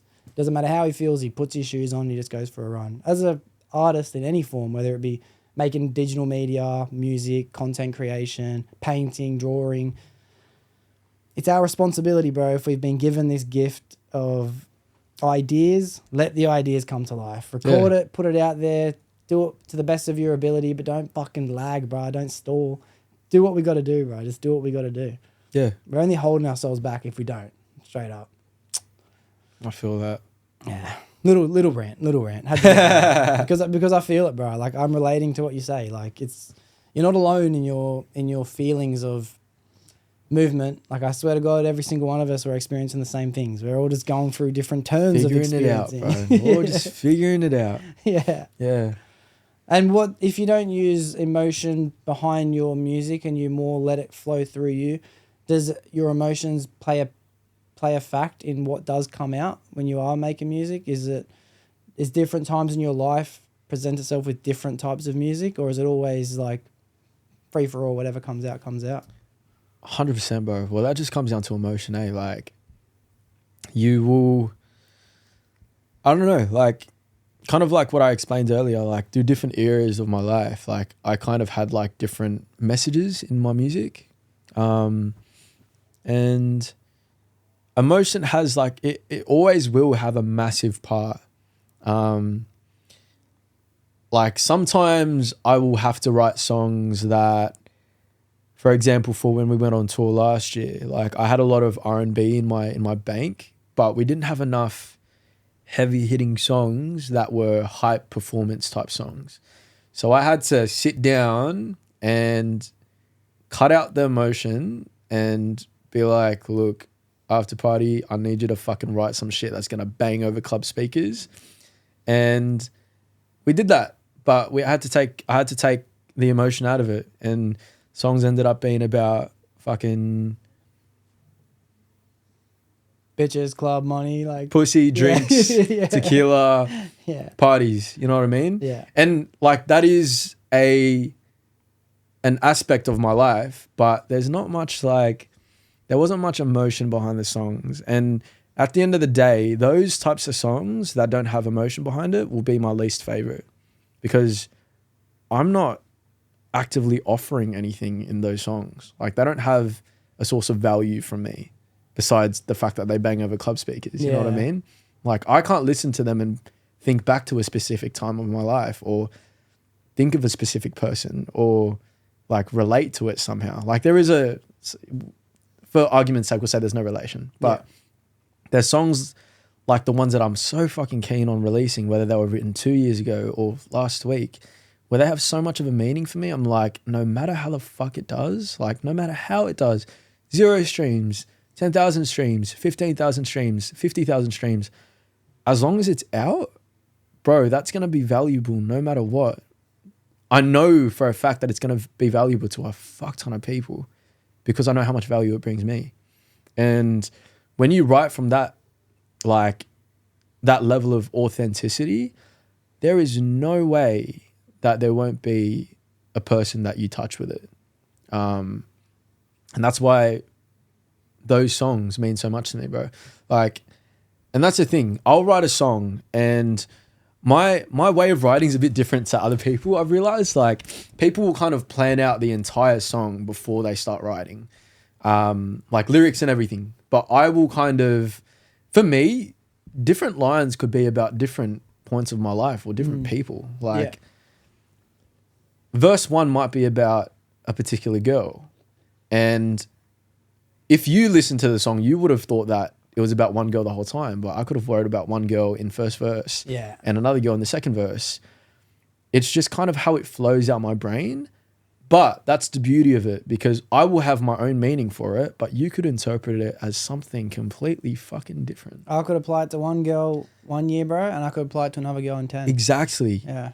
That's why I know no matter how I write my songs, as long as there's authenticity in that shit, and I know that in every line there is actually some form of meaning for me, there's always going to be a million other versions of interpretations that someone could hold on to.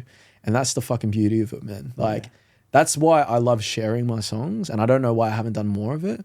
You know, it wasn't until last year that I released my first song. Wow. So I did all that shit as a kid, And it wasn't until last year that I released my first song. That's how much of an overthinker I am, people. Like, that's fucking crazy. Yeah. So many times where I'll tell people all the things that I've done, like it will just come up in convo, they'll ask me or they'll see shit on my social and I'll be like, yeah, I've done this and this and this. Hey bro, do you have anything on your Spotify? I'm like,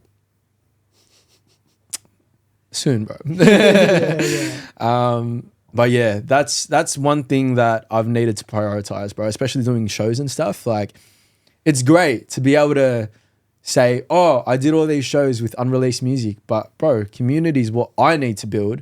How the fuck am I going to have a community if I don't have anything for them to go on to after the show? Yeah. I could capture their attention during the show, play an amazing set, get amazing content, build amazing connection. But if there's nothing for them to hold on to afterwards, what's the fucking point? Yeah. See, and that's amazing, bro. Look what can be done. Look what can be achieved without even doing the things that you know you should be doing in the first place. Imagine what can be achieved by actively building a community and having constant shit for people. I remember going through your Spotify and being like, damn, this is all I got. You know what I mean? Like, I was like, I wish there was more shit for me to listen to.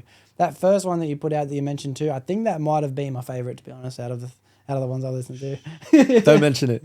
Yeah, don't mention it. I won't. Yeah, I did like that. It was bang, but it was bang. I actually put my AirPods in. I wanted to like get in the zone. I full covered my eyes, and I wanted to feel what you're saying behind your music, bro. And even the beat, bro.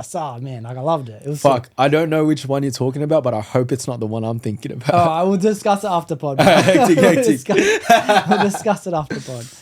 What do you think's next for you in this space, bro? I know you say you want to speak more authentically from the soul and actually put it out there, but do you have yourself a bit of a timeline? Do you have yourself a deadline in which this is when I'm going to do that, this is when I'm going to do this, or you just making a plan without having a plan? You know what I mean? Like, when do you want to start? That's the thing, bro. That's one thing that a lot of artists suffer with nowadays. It's like planning to plan, or like planning without a plan.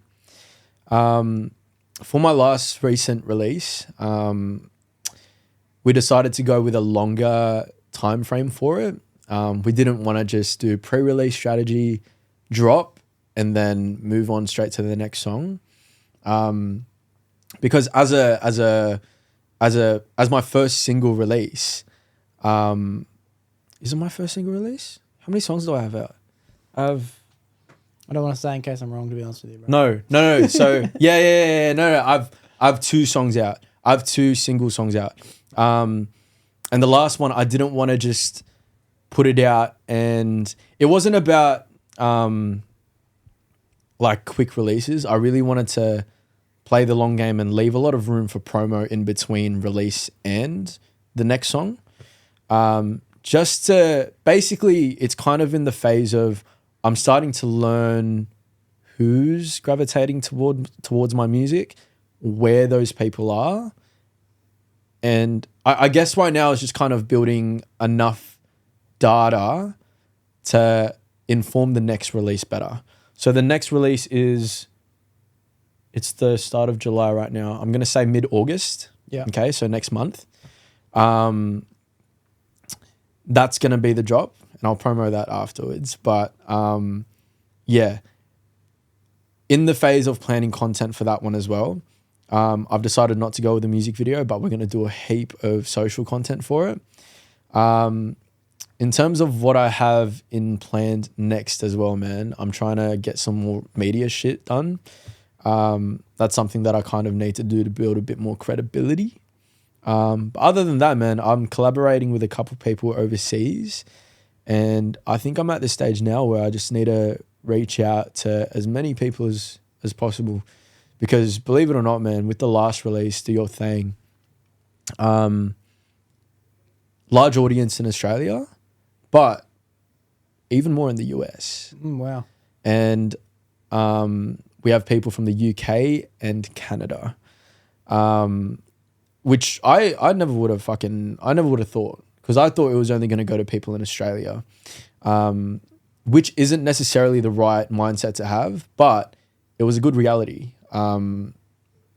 To know now that there's people overseas listening to my shit as well. Yeah. Because we're not just limited to Australia anymore. Yeah. It's like, it was a good kick in the butt. Like, stop thinking like this. You have more people to reach out to, bro. But yeah, upcoming songs. I have the 3 or 4 lined up. There's a music video that I'm waiting to receive back for one of the songs. Fucking crazy music video, bro. We had dancers. We built like a rain machine, flooded the fucking studio. Dude. It was filmed a year ago, bro. Wow. Bro, that's so much movement and thinking and planning and all that shit for a year. That's crazy. I can't imagine recording something and waiting a year to release it, bro. I'd do my head in. It's bro. doing my head in. It's doing Dion's head in too, bro. That's madness, bro. Madness.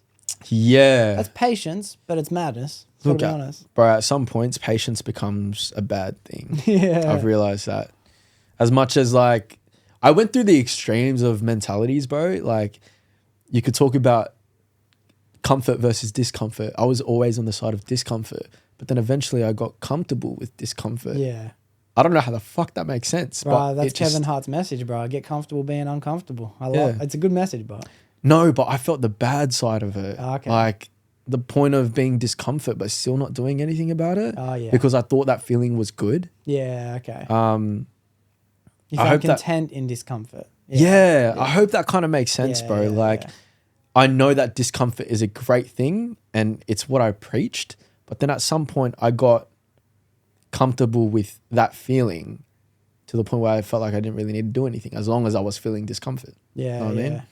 I mean? The same with patience, bro. Like, all in the universe is timing until you become a lazy fuck and don't do anything about it. You get me? Yeah, bro. But yeah, I'm feeling a time pressure more than ever in life when it comes to music. And I think this year and for the coming next couple of years, that's going to be a main driving factor for me in terms of driving me to actually do shit and not overthink it, man. Like, Yeah. things could be so much simpler if you get rid of the overthinking. Somehow, easier said than done. I know. Everything can be broken down into simple form, bro. There's no need to overcomplicate marketing strategies and overcomplicate gym workouts. And the best way to get, trust me, I know the number one sales technique. I know the best way to get into shape. Like, everything as simple as possible is the best way to move forward in life. Eat good food, burn more weight, exercise more than you consume. You know what I mean? Like, it's simple as that. Burn more calories than you intake. Yeah. Eat more food the more you work out if you want to grow big. It could be as simple as, if you want to get rich, spend less money than you make. You know what I mean? Like, it's everything is just so simple when it comes down to it, but we overcomplicate the fuck out of everything. Oh, I wanted to say too, do your thing. Am I saying it right? Yeah. Thing. Do your thing.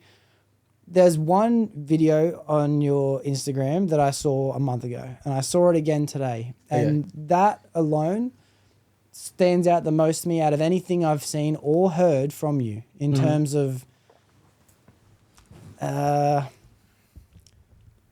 connection, you know, in terms of that feeling of when you look at something and you think, fuck, that impresses me. I'll tell you what it was. It was that reel of you standing there with a sign saying, do your thing, stream now. Afterparty. Like, if I see people online who do things like that, and every time I see it, I'm like, okay, he's going to make it. You know what I mean? And I know you think that, like, and I'm not saying what I think is right. I'm just saying I know that what you think is delay and wait to drop and things like that. And I know nothing about music, so I'm taking it as information, you know? Like, don't put things out straight away. Create a bit of a technique and a strategy and a marketing scheme to build a fan base so when you release, more people are excited. I get that whole thing. I don't understand it, but I get it. But that clip, bro, more of that promotional side, bro. More of that, like, and it was you, it was open. It was the man behind the song. It was publicity. It was like being open, and it was like you being in the universe saying, hey, this is what I got, you know? Yeah. Like, I loved that, bro. If you could do more things like that, bro, I'll be a fan of you for the rest of my life. I'll just watch the clips, bro. You know what I mean? I appreciate that so fucking much. You have no idea, bro. Yeah. Like, that took courage to do, believe it or not. And it was one of those things. I had Dion film that, so I got one of the boards from work because we have like collated boards, cardboard boards. I was like, fuck, what if I just write my name on this shit, go out to the city, because it was during Vivid. I'm like, fuck, there's too many people out there. Yeah. Let's go. Picked up Dion that night, and then we drove out there, and he's like, that's the spot. Do this, do that, do that. And then within the next 24 hours, he got back the edit.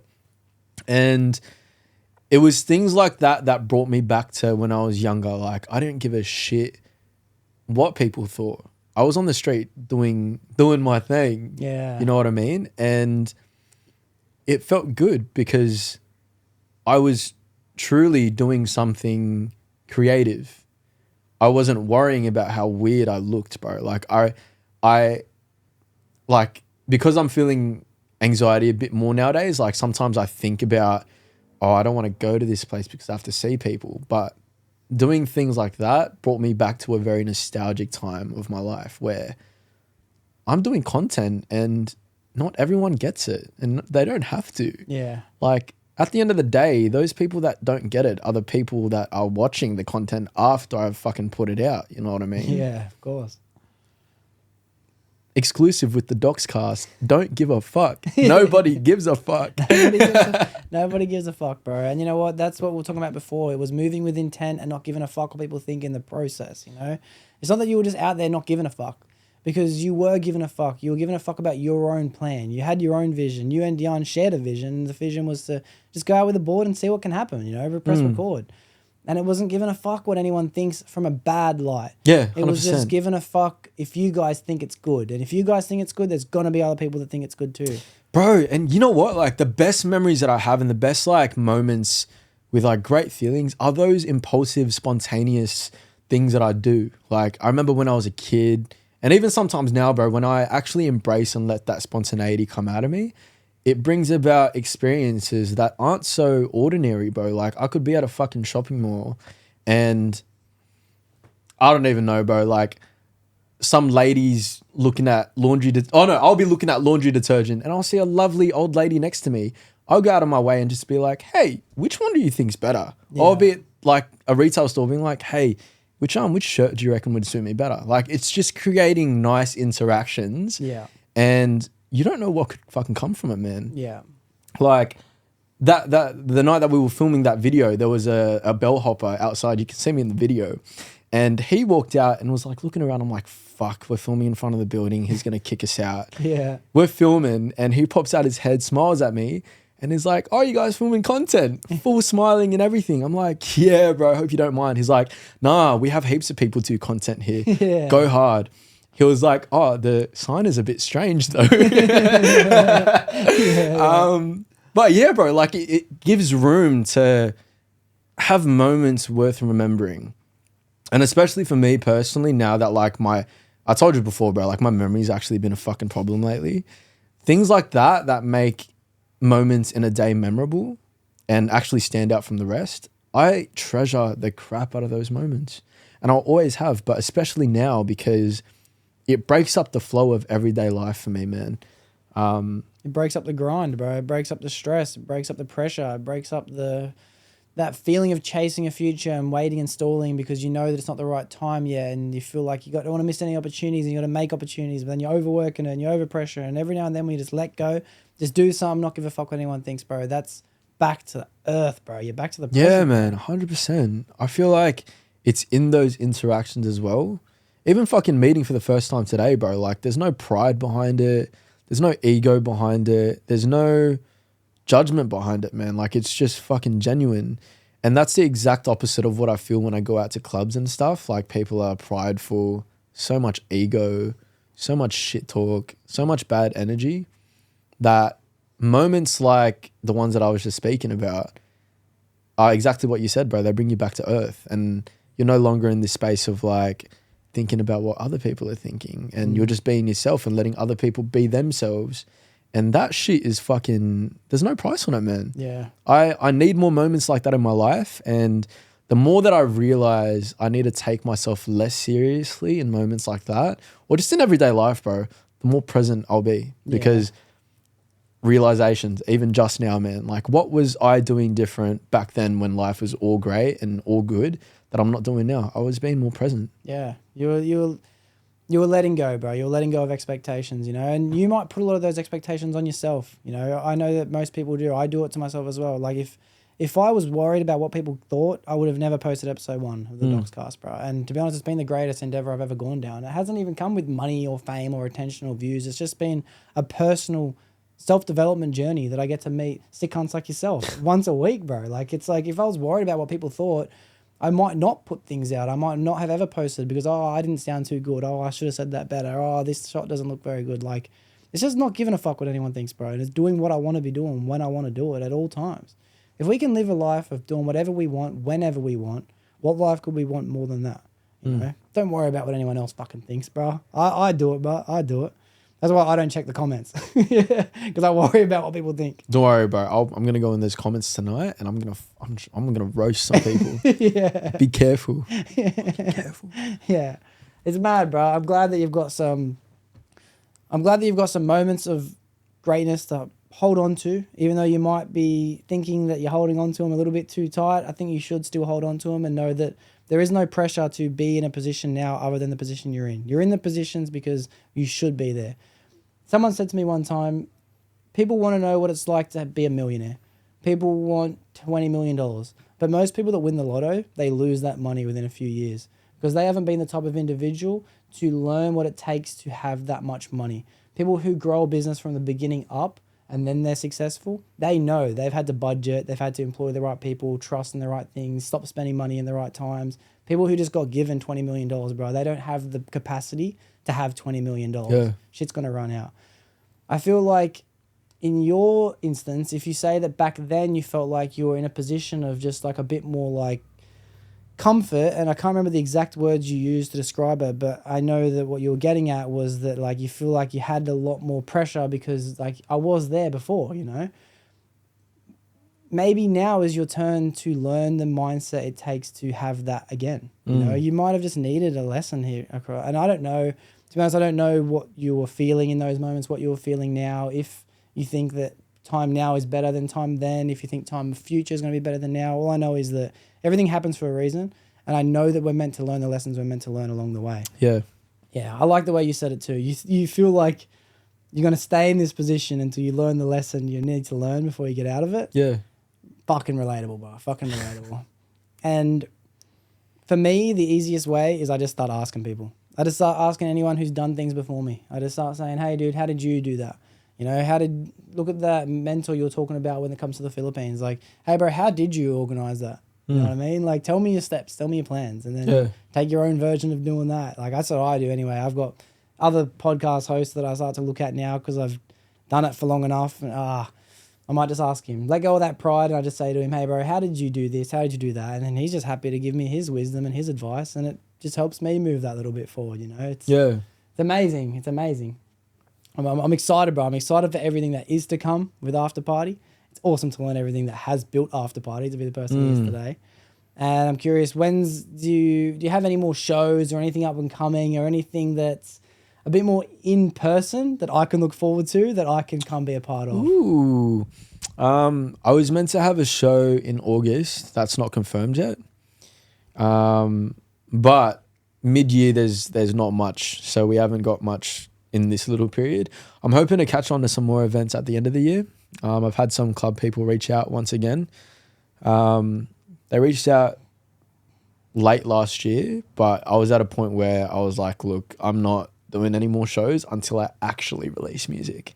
And with 2 already out, I'm hoping to get more of a ball rolling.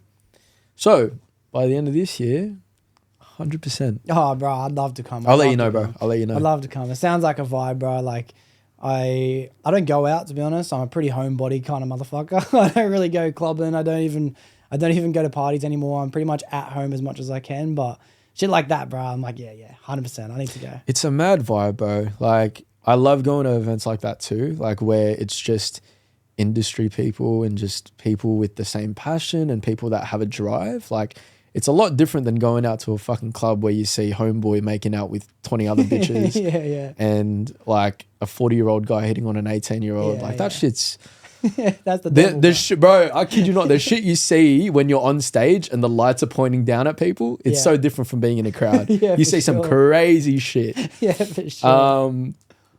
But yeah, man, like I've been to a couple of release parties and like EP launches and just like just celebratory events in the past few months, and that vibe is just completely different, man. It's a lot more intimate. It's a lot more, we're together to support one another, and it's not just about getting fucked up and, I don't know, letting loose the worst parts of ourselves. Yeah. And yeah, for sure, bro. I'll invite you to some if you can. Oh, I'd love, bro. I'd love. It'd be nothing better. I don't like the whole negative annotations of going out and being part of the devil, bro. Like, I see the city as just a place I shouldn't be a part of anymore. But that's because I'm only exposed to the things about getting fucked up, you know, and just toxic women, toxic drugs, toxicity, you know what I mean? But like, I hear what you boys are doing. I hear the way you are moving, and it sounds like just vibes, bro. It just sounds like a good time all the time. Yeah. We're just figuring it out. Yeah, bro. Well, Yeah, one more question. I was curious about this whole space because I'm not a musician myself. I've never performed anything. From the first time you started to perform, be on stage in front of people, that video I seen on your Instagram of in the Philippines, like for starters, when you described the shopping mall, you painted the exact video I seen, bro. There was people, bro. Like, you know what I mean? That's an intense amount of eyes all on you. When you think about how you felt in those first moments, first doing it, is it the same feeling you have now when you go on stage? Oof. Fuck. Is it the same feelings back then when I was on stage compared to right now? I feel like it's the same. I think that comes with having performed for so long in my life, like since I was 4 years old, my first performance. And this is probably like, you'll hear a lot of people talk about this, but I like, it really is true, man. Like, the stage for me has been like, to the deepest part of me, such a second home that it really doesn't matter, bro. If there's fucking 4,000 people or 10 people in the crowd, on that stage is what matters. And especially when you're on a stage with a whole bunch of lights, bro, like that's a very nostalgic feeling for me. Especially after not performing for such a while and then jumping back on stage and you feel the heat from the lights and you're blinded and you see fucking flashlights and cameras in the crowd and you hear people screaming your name. Like, it's a very... I literally could just close my eyes and take that in for a whole half hour. But then you get into the drive, you hear the fucking music play, you hear the DJ scratch, you hear your breath in the microphone, and that's your cue to start performing, bro. And like, you get so consumed by your own art and just the energy that is being given to you by the crowd and the energy that you're trying to put into the crowd, that it's all the same, bro. Like, at least for me, like it's always a game of give and take on stage, I feel like, because I've had crowds that didn't know me who gave me a lot more, like a lot more energy than people who already knew who I was. And yes, the dynamics are different, but it's this game of like trying to work with the crowd and trying to give what resonates best and trying to get back what like you've given out. And that's why it's the same. Like, it's not necessarily a bad thing at all, bro. Like, I love that shit. I love the feeling. I was on stage firsthand as a dancer, and now I get to sing my shit and people can listen to me over the fucking the speakers. Like, no matter whether I'm in a small town pub or if I'm back in the Philippines, bro, like, that stage is, I have no other word to explain it, bro. That stage is home. Yeah. Like, there's no other feeling for me that's better than that. Cause like, and a lot of people will relate, like the whole thing about you speaking to me earlier before we started the podcast about how people are nervous for the first 30 seconds, but then after 30 seconds, they just get into the flow of things. It's exactly that.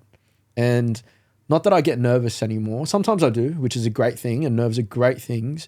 But every time I do get nervous or I do feel that sort of nerve, it pumps me the fuck up. Dang, It's bro. the best. It's the best feeling ever. Yeah. Like, I don't know what it is about it, bro. It's like, I miss that feeling. If I hop onto the stage and I don't feel nervous, I know I don't give a shit. Yeah. Do you know what that is? Do you know why? Scientifically, why you feel like that? Do you have an explanation? I do have an explanation. Give me an explanation, bro. The physical symptoms that your body reacts to when you feel nervous are the exact same physical symptoms as excitement. It's the sweaty palms, it's the starting to be in your chest, it's the neck hair starting to stand up, it's the sweaty forehead, like your body, the stomach, the butterflies, like nerves and excitement is the same feeling. We just have a different way to look at the same feeling. So and it hasn't been explained like this, so I'm not sure if I'm accurate or not, but I think it's the same thing and we're looking at it from a different lens. So you could say this, and I think that no matter what, it's important. No matter what, nerves for me is a good feeling because it's like what I'm about to do is important. It's either going to make or break a future in which I'm excited for or not excited for. You know, it's anxiety versus like I can't wait, excitement. It's because what you're about to do is important. You can choose to look at it from I'm not too sure about this, or you can look at it from a sense of like I'm fucking very sure. Yeah, bro. I feel like my best performances have always had those nerves, though, which is why I always get so stoked when I feel it. Because you're just excited, bro. Bro, You're just whatever excited. comes It's just- after that it's is just a like, little bit of doubt's crept in, and you think Yeah. it's nerves, bro. But trust me, you're just excited. yeah, no, I love that feeling so much, man. Like if I could feel that shit, like, nah, surely not every day because then it'd devalue that feeling. But, Yeah. but bro, it's a whole different, like anyone who performs would understand. I know dancers for like I feel like dancers feel that feeling more than singers would. And I know that for a fact because I was a dancer, and the dancer nerves before hopping on stage is different because when you hop on stage as a singer, yes, there's movement, but it's more about like you're more so focusing on vocals and facial expressions. But in dancing, bro, it's the emotion in your shoulders, it's your fucking hips, it's like your facial expressions, you're one with the music. You know what I mean? You're not the star of the music. You're one with the music. Yeah. I've So- been there, bro. I've been that kid on stage. Trust me, I know what that feels You like. get it, Yeah. bro. You get it. Like Yeah. there's nothing better than that. I truly don't think there's anything better than that feeling. Yeah. I think they call it like the performer's high or some Yeah. shit. And I had a friend who's not a performer, and he was speaking to me not long ago, probably like a few months ago, and he was like, you felt the performer's high. And when you felt that high, it's very hard to go back to a normal standpoint of living. Like you're always going to be chasing for that performer's high again. And I do relate to that shit. So in itself, it's like a gift and a blessing at the same time, bro. But it's like what you said at the start of the podcast, bro. Once you have music in your life, you should never get rid of it, or whatever that equivalent is to you. Yeah. You know what I mean? Definitely Yeah. so, bro. I think that a lot of people, and I'm going to use this to kind of wrap up the podcast, unfortunately, all right? But it does relate to the final thing I wanted to ask you anyway, only because it's been long enough. To be honest, I said we'll go for 2, and I don't want to go for 2. I want to go for 5. How But fucking long has it been, bro? all I know is by thinking of it, it's been more than 2. Fuck. What's the time? 5? It's probably been 2.5, probably around 2.5. All right, let's wrap. Yeah. It's because, and I mentioned it because a lot of people are lost in life, and anything that brings you enjoyment is the reason we're here on this planet in the first place, you know? And music, if that's the thing that was once that thing, never let go of that thing. You might find other things along the way, and that also brings me enjoyment. But if you start to lose what those things are, just know you've got that grounding root of what that original thing was, which was music. You know, I feel like I haven't got it, but for everyone I know who does have it, bro, it shines through them. You know what I mean? And they also say the same thing. When they haven't got it in their life anymore, like, I'm not feeling myself anymore. I'm lost. I don't know what to do. I'm down bad. Like, things aren't moving forward. As soon as they start feeling good, music will come back, or as soon as they bring music back, they start feeling good. The two of them go hand in hand. So it kind of relates to my last question. And that's that if someone came to you because they were feeling lost, right, and it was leading to them to a bit of depression, what advice would you give to that person? First of all, I know the importance of it now, bro, especially fucking reach out. Like, I'm here for you. Reach out. And I think there's something, bro, like I'll give you an example, like about how I've realized that I have a lot of support from my family, especially this year. Like my dad hasn't always been a very emotional person. Like he shows love, but in other ways. Top one being his cooking. Like I've realized that's how he shows love. Fucking kills it in the kitchen. Damn. But this year, bro, probably it's probably been like a month and a half, 2 months, 2.5 months maybe. Was going through the breakup for the first time, and bro, I was down, bro. I wasn't eating properly. I was like rocking up to work silent. I was leaving the house silent. I've never felt that shit in my life, like that heavy. And of course, family started realizing it, bro. I wasn't having dinner with them. I was coming home from work, tired as fuck, all that type of stuff, right? And my dad goes, like one day I'm leaving for work and my dad goes, he fucking rushes out the front door. He's like, hey boy, you know I got you, right? I'm always behind you. If you need anything, call me. And that was the first time he's ever said anything like that to me. 22 years of life, I've never heard any of those words come out of his mouth. And there was a real, bro, that was a real moment. Like that was a real fucking moment. I spent the whole rest of the day and days after that thinking about that. So going back to the point, bro, I feel like anyone who reaches out to me and wants tips about that stuff, I just want to make them know that there's genuine support behind them. Because it's one thing to listen to that shit on the media and see quotes and read and think that you're consuming it, but it's another thing to have a truly open access to that. And I'd want to be that for my boys or the girls or whatever, whoever that is. Oh, fuck. We're going so serious into it. And I was going to be like, oh, yeah, and also tequila. That helps. But no. We're not going down the... Occasionally, tequila fucking helps. Yeah. I knew as soon as you took that long pause, I'm like, this motherfucker's going to hit me with some dumb shit. I knew it. And I'm glad you said it because I wanted to ask you this before. When I say tequila, what do you think, bro? Because like tequila for you must be something different from me. Like, you know, because tequila, when I think of you, I see it now. You've got a tattoo, tequila. Is it you that has tequila? Yeah. Yeah, I've seen it on one of your photos. So it's one of your photos on Insta. You got it in your bio, bro. Like tequila, like blood type. You know what I mean? Like blood type that. tequila. Like, what does that word mean to you, bro? Because like to me, that word means nothing. So what does it mean to you? To me, bro, tequila is a whole lifestyle to me. The whole tequila obsession started during... Fuck, I'll try and keep this as short as possible. Holy fuck. No rush. I'm curious. Tequila came about during a time that was great. Like, I had not a single worry on my mind. Concerns were down below zero. Everything was present. Beautiful people around me. Beautiful progress around me. Everything was just pure bliss. I was peak spirituality type shit. And tequila was just one of those things that brought joy, bro. Like, not from an alcoholic perspective, but like, but like every time I'd go out to like bars, good advice, bro. but like, yeah, bro, like every time I'd go out, with like a best friend or whatever, and we'd like meet up with a group of people that I didn't know. My way of showing positivity and love was offering everyone tequila shots. Yeah, okay. Yeah, man, like I feel like tequila is just one of those things where it's very just lighthearted. Like I'll go out nowadays to the club and I'll give people shit if they offer me anything. All right, for everyone listening, they know the go, camera died, but go on. Yep. Yeah.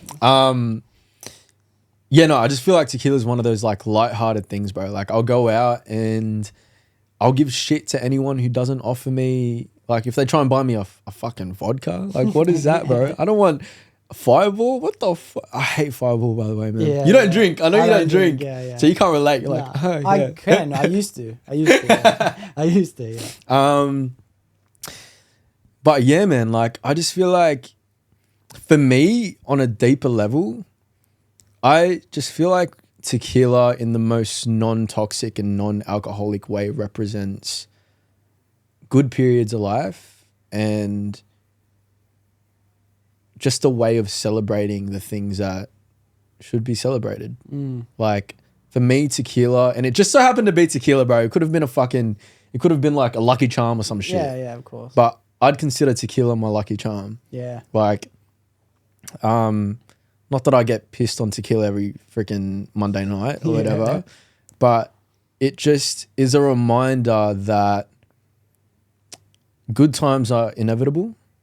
And when you are going through good times and even through bad times, bro, successes and wins and achievements, they're worth celebrating.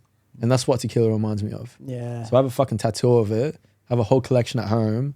I mention that shit on my songs. Yeah. And I give shit to anyone who does not offer me a tequila shot when they offer to buy me a drink. Yeah. No, I love it, bro. I knew it had a deeper meaning behind it, and it sounds like it's that celebratory reminder, you know, celebrate the little things, you know. I had a feeling it was that, but I wasn't too sure. Yeah. Just because I like to paint my own picture and put dots together, but yeah, it's good to hear it from One you. of my dreams, like goals in life, eventually when I settle down with a house, is to have a tap that comes out with tequila. And I'm still waiting for fucking tequila sponsorships, bro. Yeah. Like 818 Tequila by Kendall Jenner. They've commented on a few of my posts. I'm still waiting for that message. Yeah. I'm still waiting for, hey, we'd love to sponsor your next release party. Damn. Bro, I'm waiting. Some good manifesting, bro. It's some good know. manifesting. I love it, bro. I'm excited, bro, to hear about everything that's coming out in the future, bro. I'm glad I got to know the person you are today. I'm more than appreciative of you coming and giving me this episode because it's more than I could have ever asked for. Thank you, bro. No, thank you. I appreciate you, man. Yeah, gang. I've as I've said before, I've met a good crew of you guys that know each other. You know, I think I built this room to be able to host group sessions, and I'd love to be able to have a few of you on together at the same time and hear the dynamic of how a couple of you have your vibe and have your thing. You know, I'm going to message Thursday. I think I've already messaged Thursday. Mad. I'm keen to have him on the podcast as well. And I couldn't thank you any more, everyone that's come on, especially yourself, who've come and given me the episode you've given me, bro. I'm glad it's happened, bro. That was like through a therapy session. That's why I love it, bro. I get therapy once a week, bro. It's dope. It's dope. Well, good luck to everything in the future, bro. I'm excited for it. I'm going to keep following you. I'm going to start putting more people onto your music. For the boys listening, I know they're going to enjoy listening to everything you had to say, and they're going to go check out the link in the description to your Spotify as well. Oh, yeah. Love to all of yous. Gang. For everyone listening, thank you from me for making it to the end of the episode. It was an amazing episode this week. It'll be another amazing episode next week. That's it. Shawty catch a vibe, I ain't had to put her on. Bought a two-seater, yeah, we heading for the sun. Shawty got my high, I ain't tripping for the funds. Yeah, I won't start, I ain't tripping, I'm a stunt.